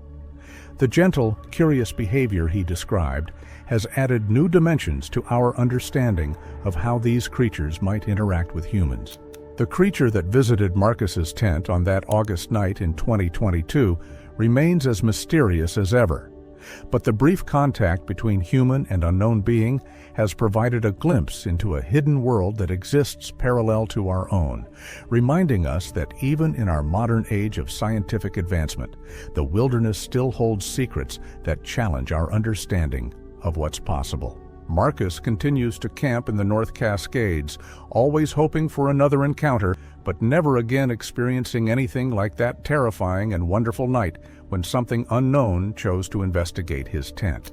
His story serves as a reminder that sometimes the most profound experiences come not from seeking them out, but from remaining open to the extraordinary encounters that await those brave enough to venture alone into the wild places where mystery still lives. The truth about what pressed against Marcus's tent wall that night may never be fully understood, but his experience has opened new avenues of research and added to the growing body of evidence that suggests we are not alone in the wilderness. Sometimes, in the deepest forests of the Pacific Northwest, we are the ones being watched, studied, and perhaps even protected by intelligences that remain just beyond our understanding. The months following Marcus's encounter brought unexpected changes to his life that extended far beyond his camping habits. His story, initially shared only with Dr. Mitchell and a small circle of researchers, began to attract attention from documentary filmmakers, podcasters, and journalists specializing in unexplained phenomena. Marcus found himself reluctantly thrust into a spotlight he had never sought, becoming a reluctant spokesperson for an experience he was still trying to fully understand. The first major media attention came from a popular paranormal podcast called Wilderness Mysteries, whose host had heard about Marcus's encounter through the Cryptozoology Research Network. The 3-hour interview recorded in Marcus's Seattle apartment became one of the show's most downloaded episodes. Marcus's calm, technical approach to describing his experience, treating it like a software problem to be analyzed and understood, resonated with listeners who were tired of sensationalized Bigfoot stories. The podcast's success led to more interview requests, and Marcus found himself walking a careful line between sharing his story and maintaining his privacy. His colleagues at the tech company where he worked began to take notice, though most were surprisingly supportive. The tech industry, it turned out, was full of people who spent their weekends hiking in the same wilderness areas where Marcus had his encounter. Dr. Mitchell introduced Marcus to a network of researchers who had been quietly studying similar phenomena for decades. This group, calling themselves the Pacific Northwest Primate Research Collective, included wildlife biologists, anthropologists, and even a few park rangers who had witnessed unexplained encounters during their careers. Marcus discovered that his experience, while extraordinary, was part of a larger pattern of interactions that suggested these creatures had been observing and occasionally making contact with humans for generations. The collective had been documenting what they called investigative encounters, incidents where the creatures seemed to be studying human behavior rather than simply avoiding contact. Marcus's tent investigation fit perfectly into this category, along with dozens of other reports from campers, hikers, and hunters who had experienced similar curious but non-threatening interactions. One particularly intriguing case involved a family camping near Mount Rainier, whose tent had been gently explored in almost exactly the same manner as Marcus's experience. The father, a geology professor, had remained silent about the encounter for over a decade before connecting with the research collective. His detailed notes and sketches from the incident showed remarkable similarities to Marcus's account, including the same pattern of circling behavior and gentle tactile investigation. As Marcus delved deeper into the research, he began to understand that his encounter might represent something more significant than a simple wildlife sighting. The evidence suggested that these creatures possessed not only intelligence, but also a sophisticated understanding of human behavior and technology. The fact that they could approach campsites undetected, investigate human artifacts without causing damage, and retreat without leaving obvious traces indicated a level of strategic thinking that challenged conventional assumptions about unknown primates. The psychological impact of this realization was profound. Marcus found himself questioning fundamental assumptions about intelligence, consciousness, and humanity's place in the natural world. His work in artificial intelligence took on new meaning as he considered the possibility that genuine non-human intelligence might already exist in the forests he loved to explore. His camping trips became more purposeful and scientific. Marcus began carrying additional equipment, motion-activated cameras, audio recording devices, and even environmental sensors that could detect changes in electromagnetic fields or infrasound that might indicate the presence of large animals. He developed protocols for documenting any unusual findings and shared his methods with other researchers in the collective. The scientific approach yielded surprising results. Over the course of 18 months following his original encounter, Marcus collected dozens of anomalous recordings, photographs, and environmental readings from various camping locations throughout the North Cascades. While none provided the definitive proof that would convince mainstream science, the accumulated evidence painted a picture of ongoing activity in areas where these creatures had been reported. Most intriguing were the audio recordings. Marcus's sensitive equipment captured vocalizations that didn't match any known wildlife in the region. Complex calls that seemed to carry information across long distances. Analysis by acoustic experts revealed harmonic structures and frequency patterns that suggested intentional communication rather than random animal sounds. The research also revealed disturbing patterns in official incident reports. Park Service records, when examined carefully, showed clusters of unusual wildlife encounters, and unexplained disturbances in areas where the collective had documented creature activity. Most of these reports had been filed away without investigation, dismissed as misidentifications or hoaxes by officials who lacked the context to understand their significance. Marcus's technical background proved invaluable in analyzing this data. He developed algorithms to identify patterns in sighting reports, correlating them with environmental factors like weather, moon phases, and seasonal changes. The results suggested that these encounters followed predictable patterns, occurring most frequently during specific times of year and under particular atmospheric conditions. The work began to consume more of Marcus's time and energy. He took extended leave from his job to focus on the research, using his savings to fund equipment purchases and travel to remote locations. His friends and family worried about his obsession, but Marcus felt driven by a sense of purpose he had never experienced in his corporate career. The breakthrough came during a solo camping trip to a remote valley in the North Cascades, nearly 2 years after his original encounter. Marcus had been monitoring the area for months, documenting unusual activity and gradually building what he believed was a comprehensive picture of creature movement patterns in the region. On the second night of his trip, Marcus was awakened by familiar sounds, the same careful footsteps he remembered from his first encounter. This time, however, he was prepared. His cameras were positioned strategically around his campsite, and he had practiced remaining motionless during simulated encounters. The creature that approached his tent that night seemed different from his first visitor. Smaller, perhaps younger, but displaying the same curious behavior. Marcus lay perfectly still as it circled his campsite, occasionally pausing to investigate his equipment. The motion-activated cameras captured remarkable footage of a bipedal figure moving with fluid grace through the forest, its proportions clearly non-human, but its behavior unmistakably intelligent. The encounter lasted nearly an hour, during which Marcus experienced the same mixture of terror and wonder that had defined his first experience. When the creature finally departed, it left behind clear evidence of its visit: footprints, disturbed vegetation, and most remarkably, what appeared to be a deliberate arrangement of stones near Marcus's tent. The stone arrangement was unlike anything Marcus had seen before. 7 rocks of varying sizes had been placed in a precise pattern that seemed too intentional to be coincidental. Dr. Mitchell and other researchers were fascinated by this development, as it suggested not only intelligence, but also a desire to communicate or leave some kind of message. Analysis of the footage from that night provided the clearest images of these creatures ever captured. The video showed anatomical details that confirmed their primate nature while highlighting features that didn't match any known species. Most significantly, the creature's behavior demonstrated problem-solving abilities and environmental awareness that indicated a level of intelligence comparable to early hominids. Marcus's second encounter marked a turning point in the research collective's work.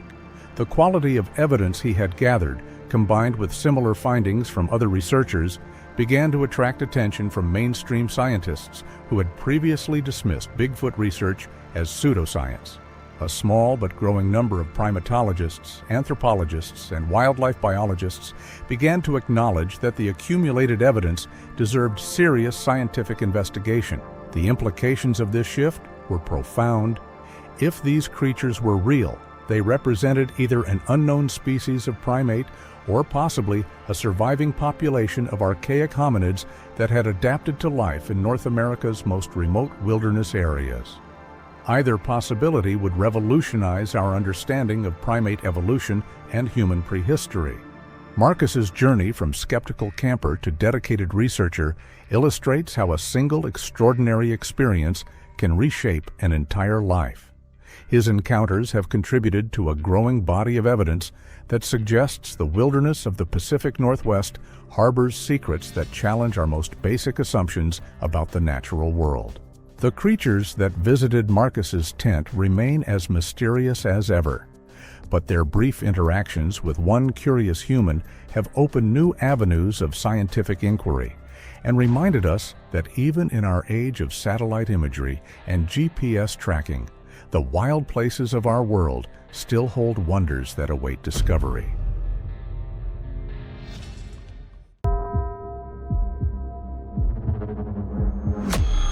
On September 15, 2021, 26-year-old Jake Morrison set out on what should have been a routine solo backpacking trip through the Olympic National Forest in Washington state. An experienced hiker from Portland, Oregon, Jake had been exploring the Pacific Northwest wilderness for over 8 years, documenting his adventures on his popular YouTube channel, Trail Tales with Jake. What began as a 5-day journey to film content for his 1,000 subscribers would become the most terrifying experience of his life and provide some of the most compelling evidence for Bigfoot's existence ever captured on camera. Jake Morrison wasn't your typical weekend warrior. As a freelance outdoor photographer and content creator, he spent nearly half the year in the wilderness, often alone for weeks at a time.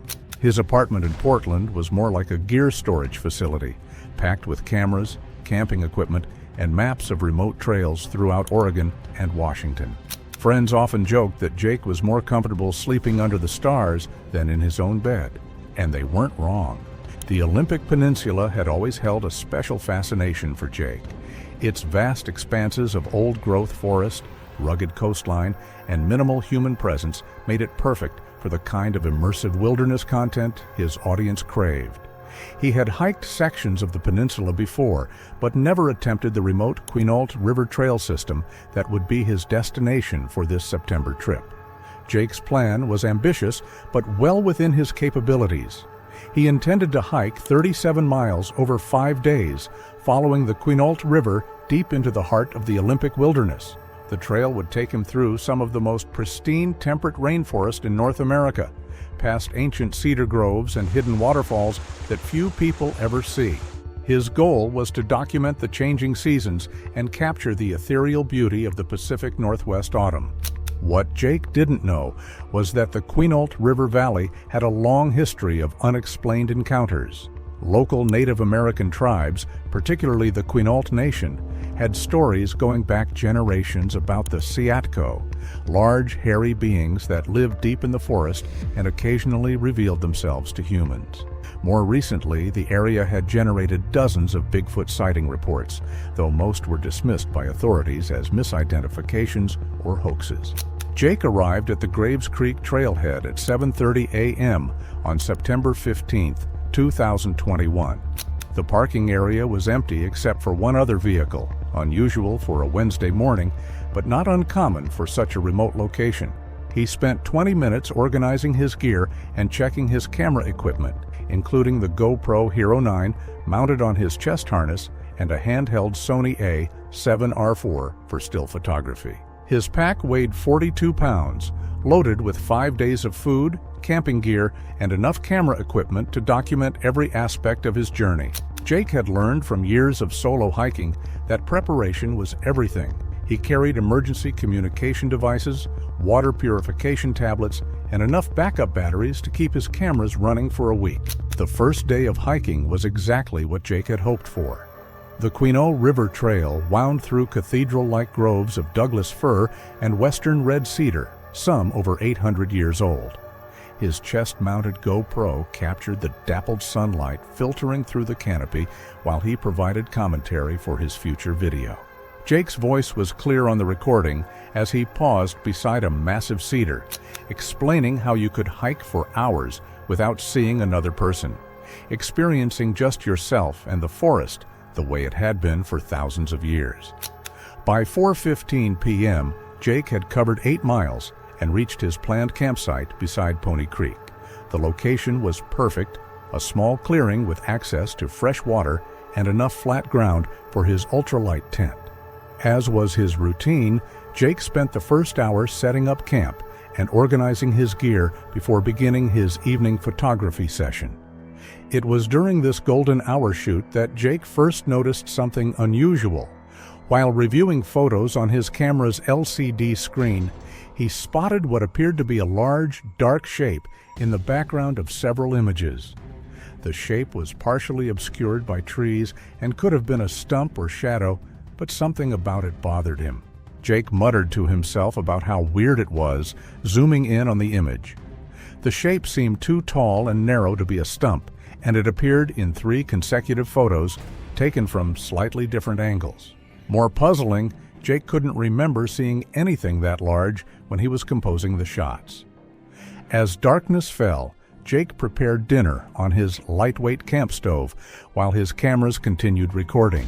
He had developed a habit of keeping at least one camera running throughout his trips, partly for content, but mostly for safety. If something happened to him, the footage might help rescuers understand what went wrong. At 9:23 p.m., while Jake was cleaning his cooking gear, his GoPro captured a sound that would haunt him for months afterward. A low, resonant call echoed through the forest, not quite human, but far more complex than any animal vocalization he had heard in 8 years of wilderness camping. The sound lasted about 6 seconds and seemed to come from the direction where he had noticed the strange shape in his photographs. Jake's reaction was immediate and telling. Instead of fear, his first instinct was curiosity, the same trait that had driven him to spend his life exploring remote places. He grabbed his headlamp and Sony camera, switching to video mode as he moved toward the edge of his campsite. He whispered to his camera that he had never heard anything like that before, describing how it sounded almost intelligent. For the next 20 minutes, Jake waited at the edge of his campsite, camera ready, listening for any repeat of the strange call. The forest had gone completely silent. No insects, no small animals moving through the underbrush, nothing. Even the constant sound of Pony Creek seemed muted, as if the entire ecosystem was holding its breath. Jake eventually returned to his tent, but sleep came fitfully. His cameras continued recording throughout the night, capturing several more instances of the mysterious calls. Audio analysis would later reveal that the vocalizations came from multiple directions, suggesting either several creatures or one that was moving around Jake's campsite in a wide circle. Morning brought relief and renewed curiosity. Jake's first task was to review the night's footage, and what he found made his hands shake as he held the camera. At 2:47 a.m., his tent-mounted GoPro had captured a clear image of something moving past his campsite. The figure was upright, easily 7 feet tall, and covered in dark hair. Most remarkably, it moved with deliberate stealth, carefully placing each step to avoid making noise. Jake could barely breathe as he replayed the footage multiple times, realizing that this was actually happening. The creature had passed within 30 feet of Jake's tent, close enough that the camera's night vision mode captured remarkable detail. The figure's proportions were clearly humanoid, but massively built, with arms that hung nearly to its knees and a distinctive sagittal crest visible on top of its head. Most unsettling was the intelligence evident in its movement. This was not a mindless animal, but something that understood it was being watched. Jake's second day of hiking began with a mixture of excitement and apprehension. Part of him wanted to pack up and hike out immediately, but his photographer's instincts and natural curiosity won out. He had potentially captured footage of one of the world's most elusive creatures. He couldn't just walk away. The trail on day 2 led deeper into the wilderness, following the Quinaulta River through increasingly dense forest. Jake's pace was slower than usual as he constantly scanned the trees around him, camera ready for any sign of his mysterious visitor. His commentary became more subdued, reflecting his growing awareness that he was no longer alone in the forest. At 11:30 a.m., while crossing a small tributary creek, Jake made a discovery that confirmed his suspicions. Pressed into the muddy bank were footprints unlike anything he had seen in his years of wilderness travel. The prints measured roughly 16 inches long and 7 inches wide, with clearly defined toe impressions that showed this was no bear or known animal. Jake whispered to his camera as he knelt beside the clearest print, noting that they had been made sometime the night before or early that morning. He observed the depth and estimated that whatever made these tracks had to weigh at least 400 pounds. Jake spent 20 minutes documenting the prints from every angle, using his hiking pole for scale and taking detailed measurements. The tracks showed a clear pattern of bipedal movement, with a stride length that suggested something much larger than a human, but walking upright like one. More disturbing was the direction of the tracks. They paralleled the trail Jake was following, staying about 50 yards back in the dense forest. Whatever had made these prints was following him, staying close enough to observe, but far enough away to remain hidden. The realization that he was being stalked sent a chill down Jake's spine. His 8 years of solo hiking had taught him to trust his instincts, and every instinct was now screaming that he was in potential danger. But he was already 12 miles from the nearest road, with no choice but to continue forward or attempt a dangerous solo retreat through unfamiliar terrain. Jake's afternoon became a psychological battle between fear and fascination. His cameras captured his growing paranoia as he constantly looked over his shoulder, jumped at every sound, and second-guessed every decision. Yet he continued hiking deeper into the wilderness, driven by a combination of stubbornness and the knowledge that he might be documenting something extraordinary. At 3:45 p.m., Jake's stalker made its presence known in a way that left no doubt about its intelligence. While taking a break beside a fallen log, Jake heard the same resonant call from the previous night, but this time it came from directly ahead of him on the trail. When he looked up, a massive figure stood in the path about 100 yards away, partially obscured by the forest shadows, but clearly visible. The creature was even larger than Jake had estimated from the night footage. Standing upright, it appeared to be at least 8 feet tall, with a build that suggested immense strength. Its entire body was covered in dark, coarse hair, and its face, while difficult to see clearly, showed unmistakably intelligent eyes that seemed to be studying Jake as intently as he was studying it. Jake whispered with a shaking voice as he slowly raised his camera, acknowledging that it was real and actually happening. The standoff lasted approximately 30 seconds, long enough for Jake to capture several minutes of video footage that would later be analyzed by experts around the world. The creature showed no signs of aggression, but its posture conveyed a clear message. It was aware of Jake's presence and was choosing to reveal itself. Then, as suddenly as it had appeared, the figure melted back into the forest with a grace that seemed impossible for something so large. Jake was left alone on the trail, his heart pounding and his hands shaking as he tried to process what he had just witnessed. The encounter changed everything about Jake's trip. What had begun as a routine backpacking adventure had become something far more significant and dangerous. He now knew with certainty that he was sharing the forest with an unknown creature of remarkable intelligence and size. Jake's decision to continue hiking rather than retreat would prove to be both brave and foolish. Over the next 3 days, his mysterious companion would reveal itself repeatedly, always maintaining a careful distance but making its presence unmistakably known. The psychological pressure of being constantly watched by something so powerful began to take its toll. Day 3 brought more direct encounters. Jake's morning routine was interrupted by the sound of heavy footsteps circling his campsite, just beyond the range of his camera's night vision. When he emerged from his tent at dawn, he found that his food bag hung 12 feet high in a tree, according to proper bear safety protocols, had been carefully lowered and placed beside his tent. Nothing was missing, but the message was clear.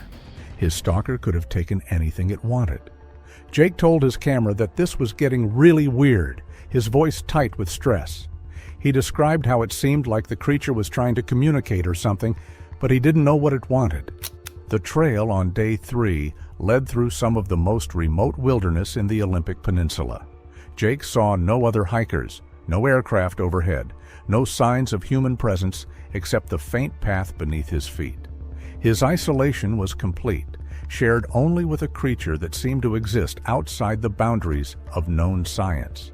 At midday, while filming a segment about old-growth forest ecology, Jake captured footage that would become some of the most analyzed Bigfoot evidence ever recorded. His handheld camera was focused on a massive cedar when something moved in the background.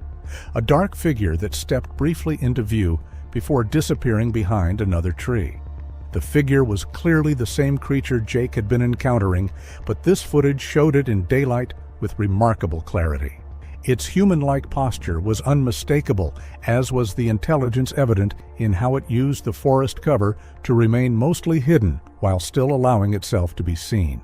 Jake realized while reviewing the footage on his camera screen that the creature knew he was filming and was choosing when to show itself. This revelation was both thrilling and terrifying. Jake was documenting behavior that suggested a level of intelligence far beyond what mainstream science attributed to any unknown primate. His stalker wasn't just avoiding humans, it was actively managing its interactions with them. The psychological pressure intensified on day 4. Jake's sleep was constantly interrupted by sounds around his campsite, footsteps, breathing, and occasional vocalizations that seemed designed to let him know he was being watched. His cameras captured glimpses of movement throughout each night, but never enough to provide the definitive proof that would convince skeptics. Jake's commentary became increasingly strained as exhaustion and stress took their toll. He admitted to his camera on the morning of day 4 that he didn't know how much more of this he could take, feeling like he was losing his mind out there. But Jake's ordeal was far from over. Day 4 would bring the most intense encounter yet, one that would test his courage and provide footage that cryptozoologists would study for years to come.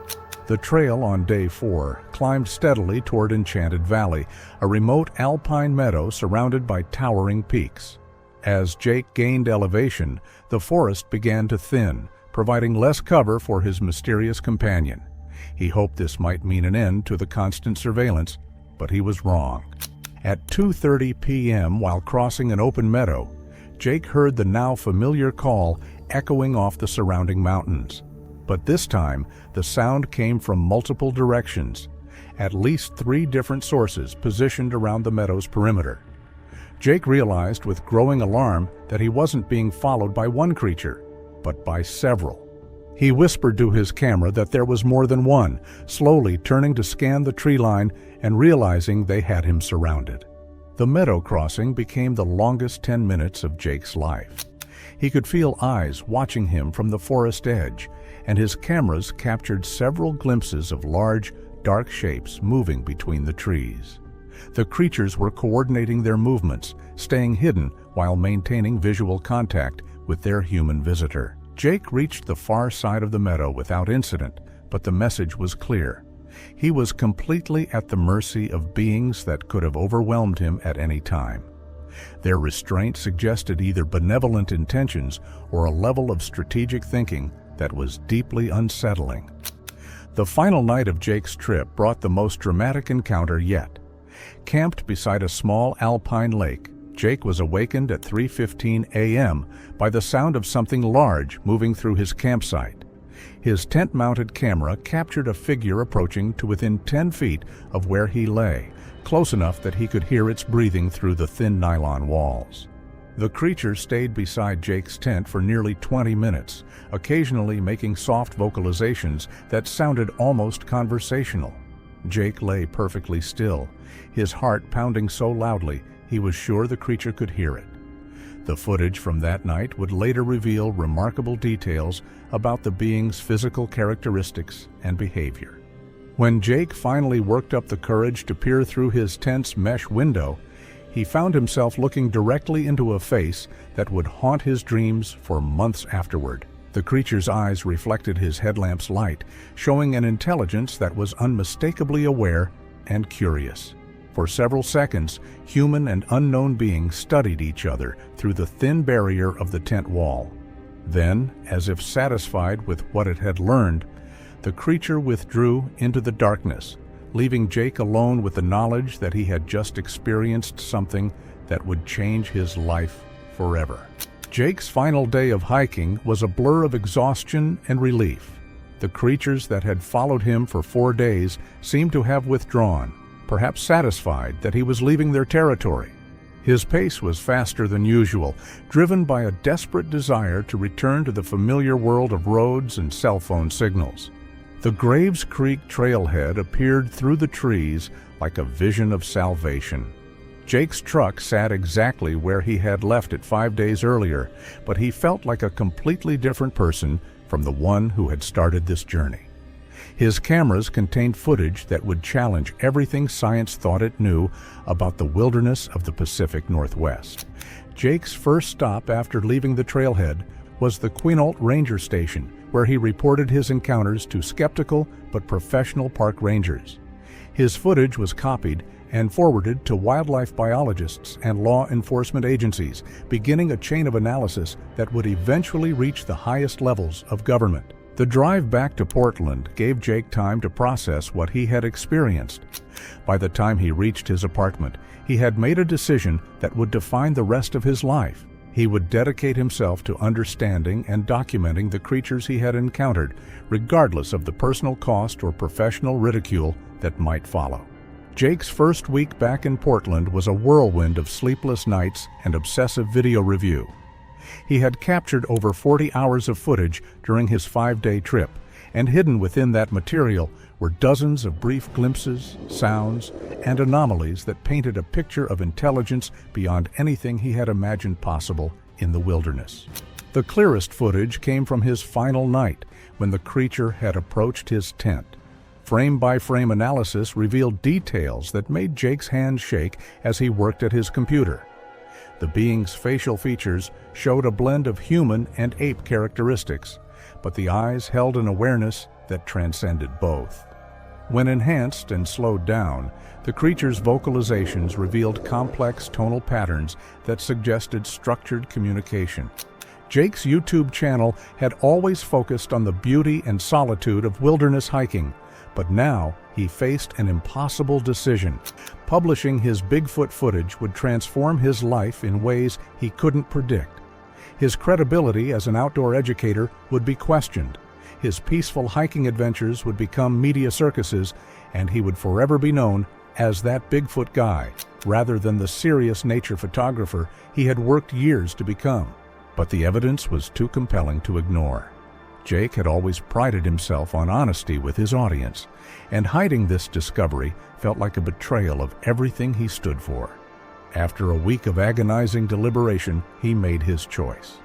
On September 28, 2021, Jake uploaded a video titled, "Something Followed Me for 5 Days in the Olympic Wilderness, Raw Footage." The 43-minute compilation included his clearest encounters, enhanced audio of the vocalizations, and detailed analysis of the footprint evidence. His introduction was simple and direct, explaining that he had been hiking alone in the wilderness for 8 years and had never experienced anything like this. He wasn't asking viewers to believe him, he was just showing them what happened so they could draw their own conclusions. The response was immediate and overwhelming. Within 24 hours, the video had been viewed over 100,000 times and generated thousands of comments, ranging from supportive to skeptical to outright hostile. Major news outlets picked up the story, and Jake found himself fielding interview requests from around the world. Dr. Jeffrey Meldrum from Idaho State University was among the first scientists to contact Jake directly. As one of the world's leading experts on Bigfoot evidence, Dr. Meldrum had seen countless hoaxes and misidentifications, but Jake's footage impressed him with its consistency and detail. Dr. Meldrum explained during their first phone conversation that what struck him about Jake's documentation was the behavioral coherence. These weren't random encounters. They showed a pattern of intelligent observation and interaction that was very difficult to fake convincingly. The scientific analysis that followed was more thorough than anything Jake had expected. Audio experts studied the vocalizations, finding harmonic frequencies and structural patterns that didn't match any known North American wildlife. Primatologists analyzed the creature's movement patterns, noting locomotion characteristics that suggested a large bipedal primate adapted for forest environments. Most compelling was the analysis of Jake's footprint casts. Dr. Grover Krantz's former colleagues at Washington State University examined the plaster impressions using techniques developed for forensic investigations. The prints showed dermal ridges, pressure patterns, and anatomical details that would be nearly impossible to fabricate convincingly. But not everyone was convinced. Skeptical organizations like the Committee for Skeptical Inquiry published detailed critiques of Jake's evidence, suggesting alternative explanations ranging from misidentified bears to elaborate hoaxes. The debate raged across social media platforms and academic forums, with Jake caught in the middle of a controversy he had never sought. The attention took a serious toll on Jake's personal life. His girlfriend of 3 years, Sarah, struggled with the sudden media scrutiny and the way their relationship had become secondary to Jake's obsession with his forest encounters. Friends who had once joined him on hiking trips now made excuses to avoid the cameras and questions that followed him everywhere. Sarah told him during one of their final arguments that he wasn't the same person who had left for that trip. It was like those things in the forest had taken away the Jake she fell in love with and left someone else in his place. She wasn't wrong. Jake found himself unable to enjoy simple hikes without constantly scanning the forest for signs of his mysterious watchers. Every shadow could hide a massive figure. Every unusual sound might be an attempt at communication. The wilderness that had once been his sanctuary had become a place of constant vigilance and anticipation. But Jake's dedication to understanding his experience also brought unexpected connections. He began corresponding with other witnesses who had remained silent for years, afraid of ridicule or disbelief. Their stories revealed a pattern of encounters throughout the Pacific Northwest that suggested a stable population of these creatures living in the most remote wilderness areas. Maria Santos, a wildlife biologist from Bellingham, contacted Jake 6 months after his video went viral. She had been conducting unofficial research into Bigfoot sightings for over a decade, documenting reports from credible witnesses including park rangers, wildlife photographers, and experienced outdoors people. Maria explained during their first meeting that Jake's footage corroborated behavioral patterns she had been tracking for years. These creatures seemed to have a complex social structure and territorial behavior that was far more sophisticated than mainstream science acknowledged. Together, Jake and Maria began planning return expeditions to the Olympic Peninsula, using Jake's documented encounter locations as starting points for more systematic research. They installed motion-activated cameras throughout the Quinault River Valley and began collecting environmental DNA samples from water sources where the creatures might drink. The research yielded tantalizing results. Several cameras captured brief glimpses of large, bipedal figures moving through the forest at night. Water samples contained genetic material that didn't match any known species in scientific databases. Most intriguingly, audio recordings revealed complex vocalizations that seemed to represent a form of long-distance communication between different groups. Jake's life had been permanently altered by his 5 days in the Olympic wilderness.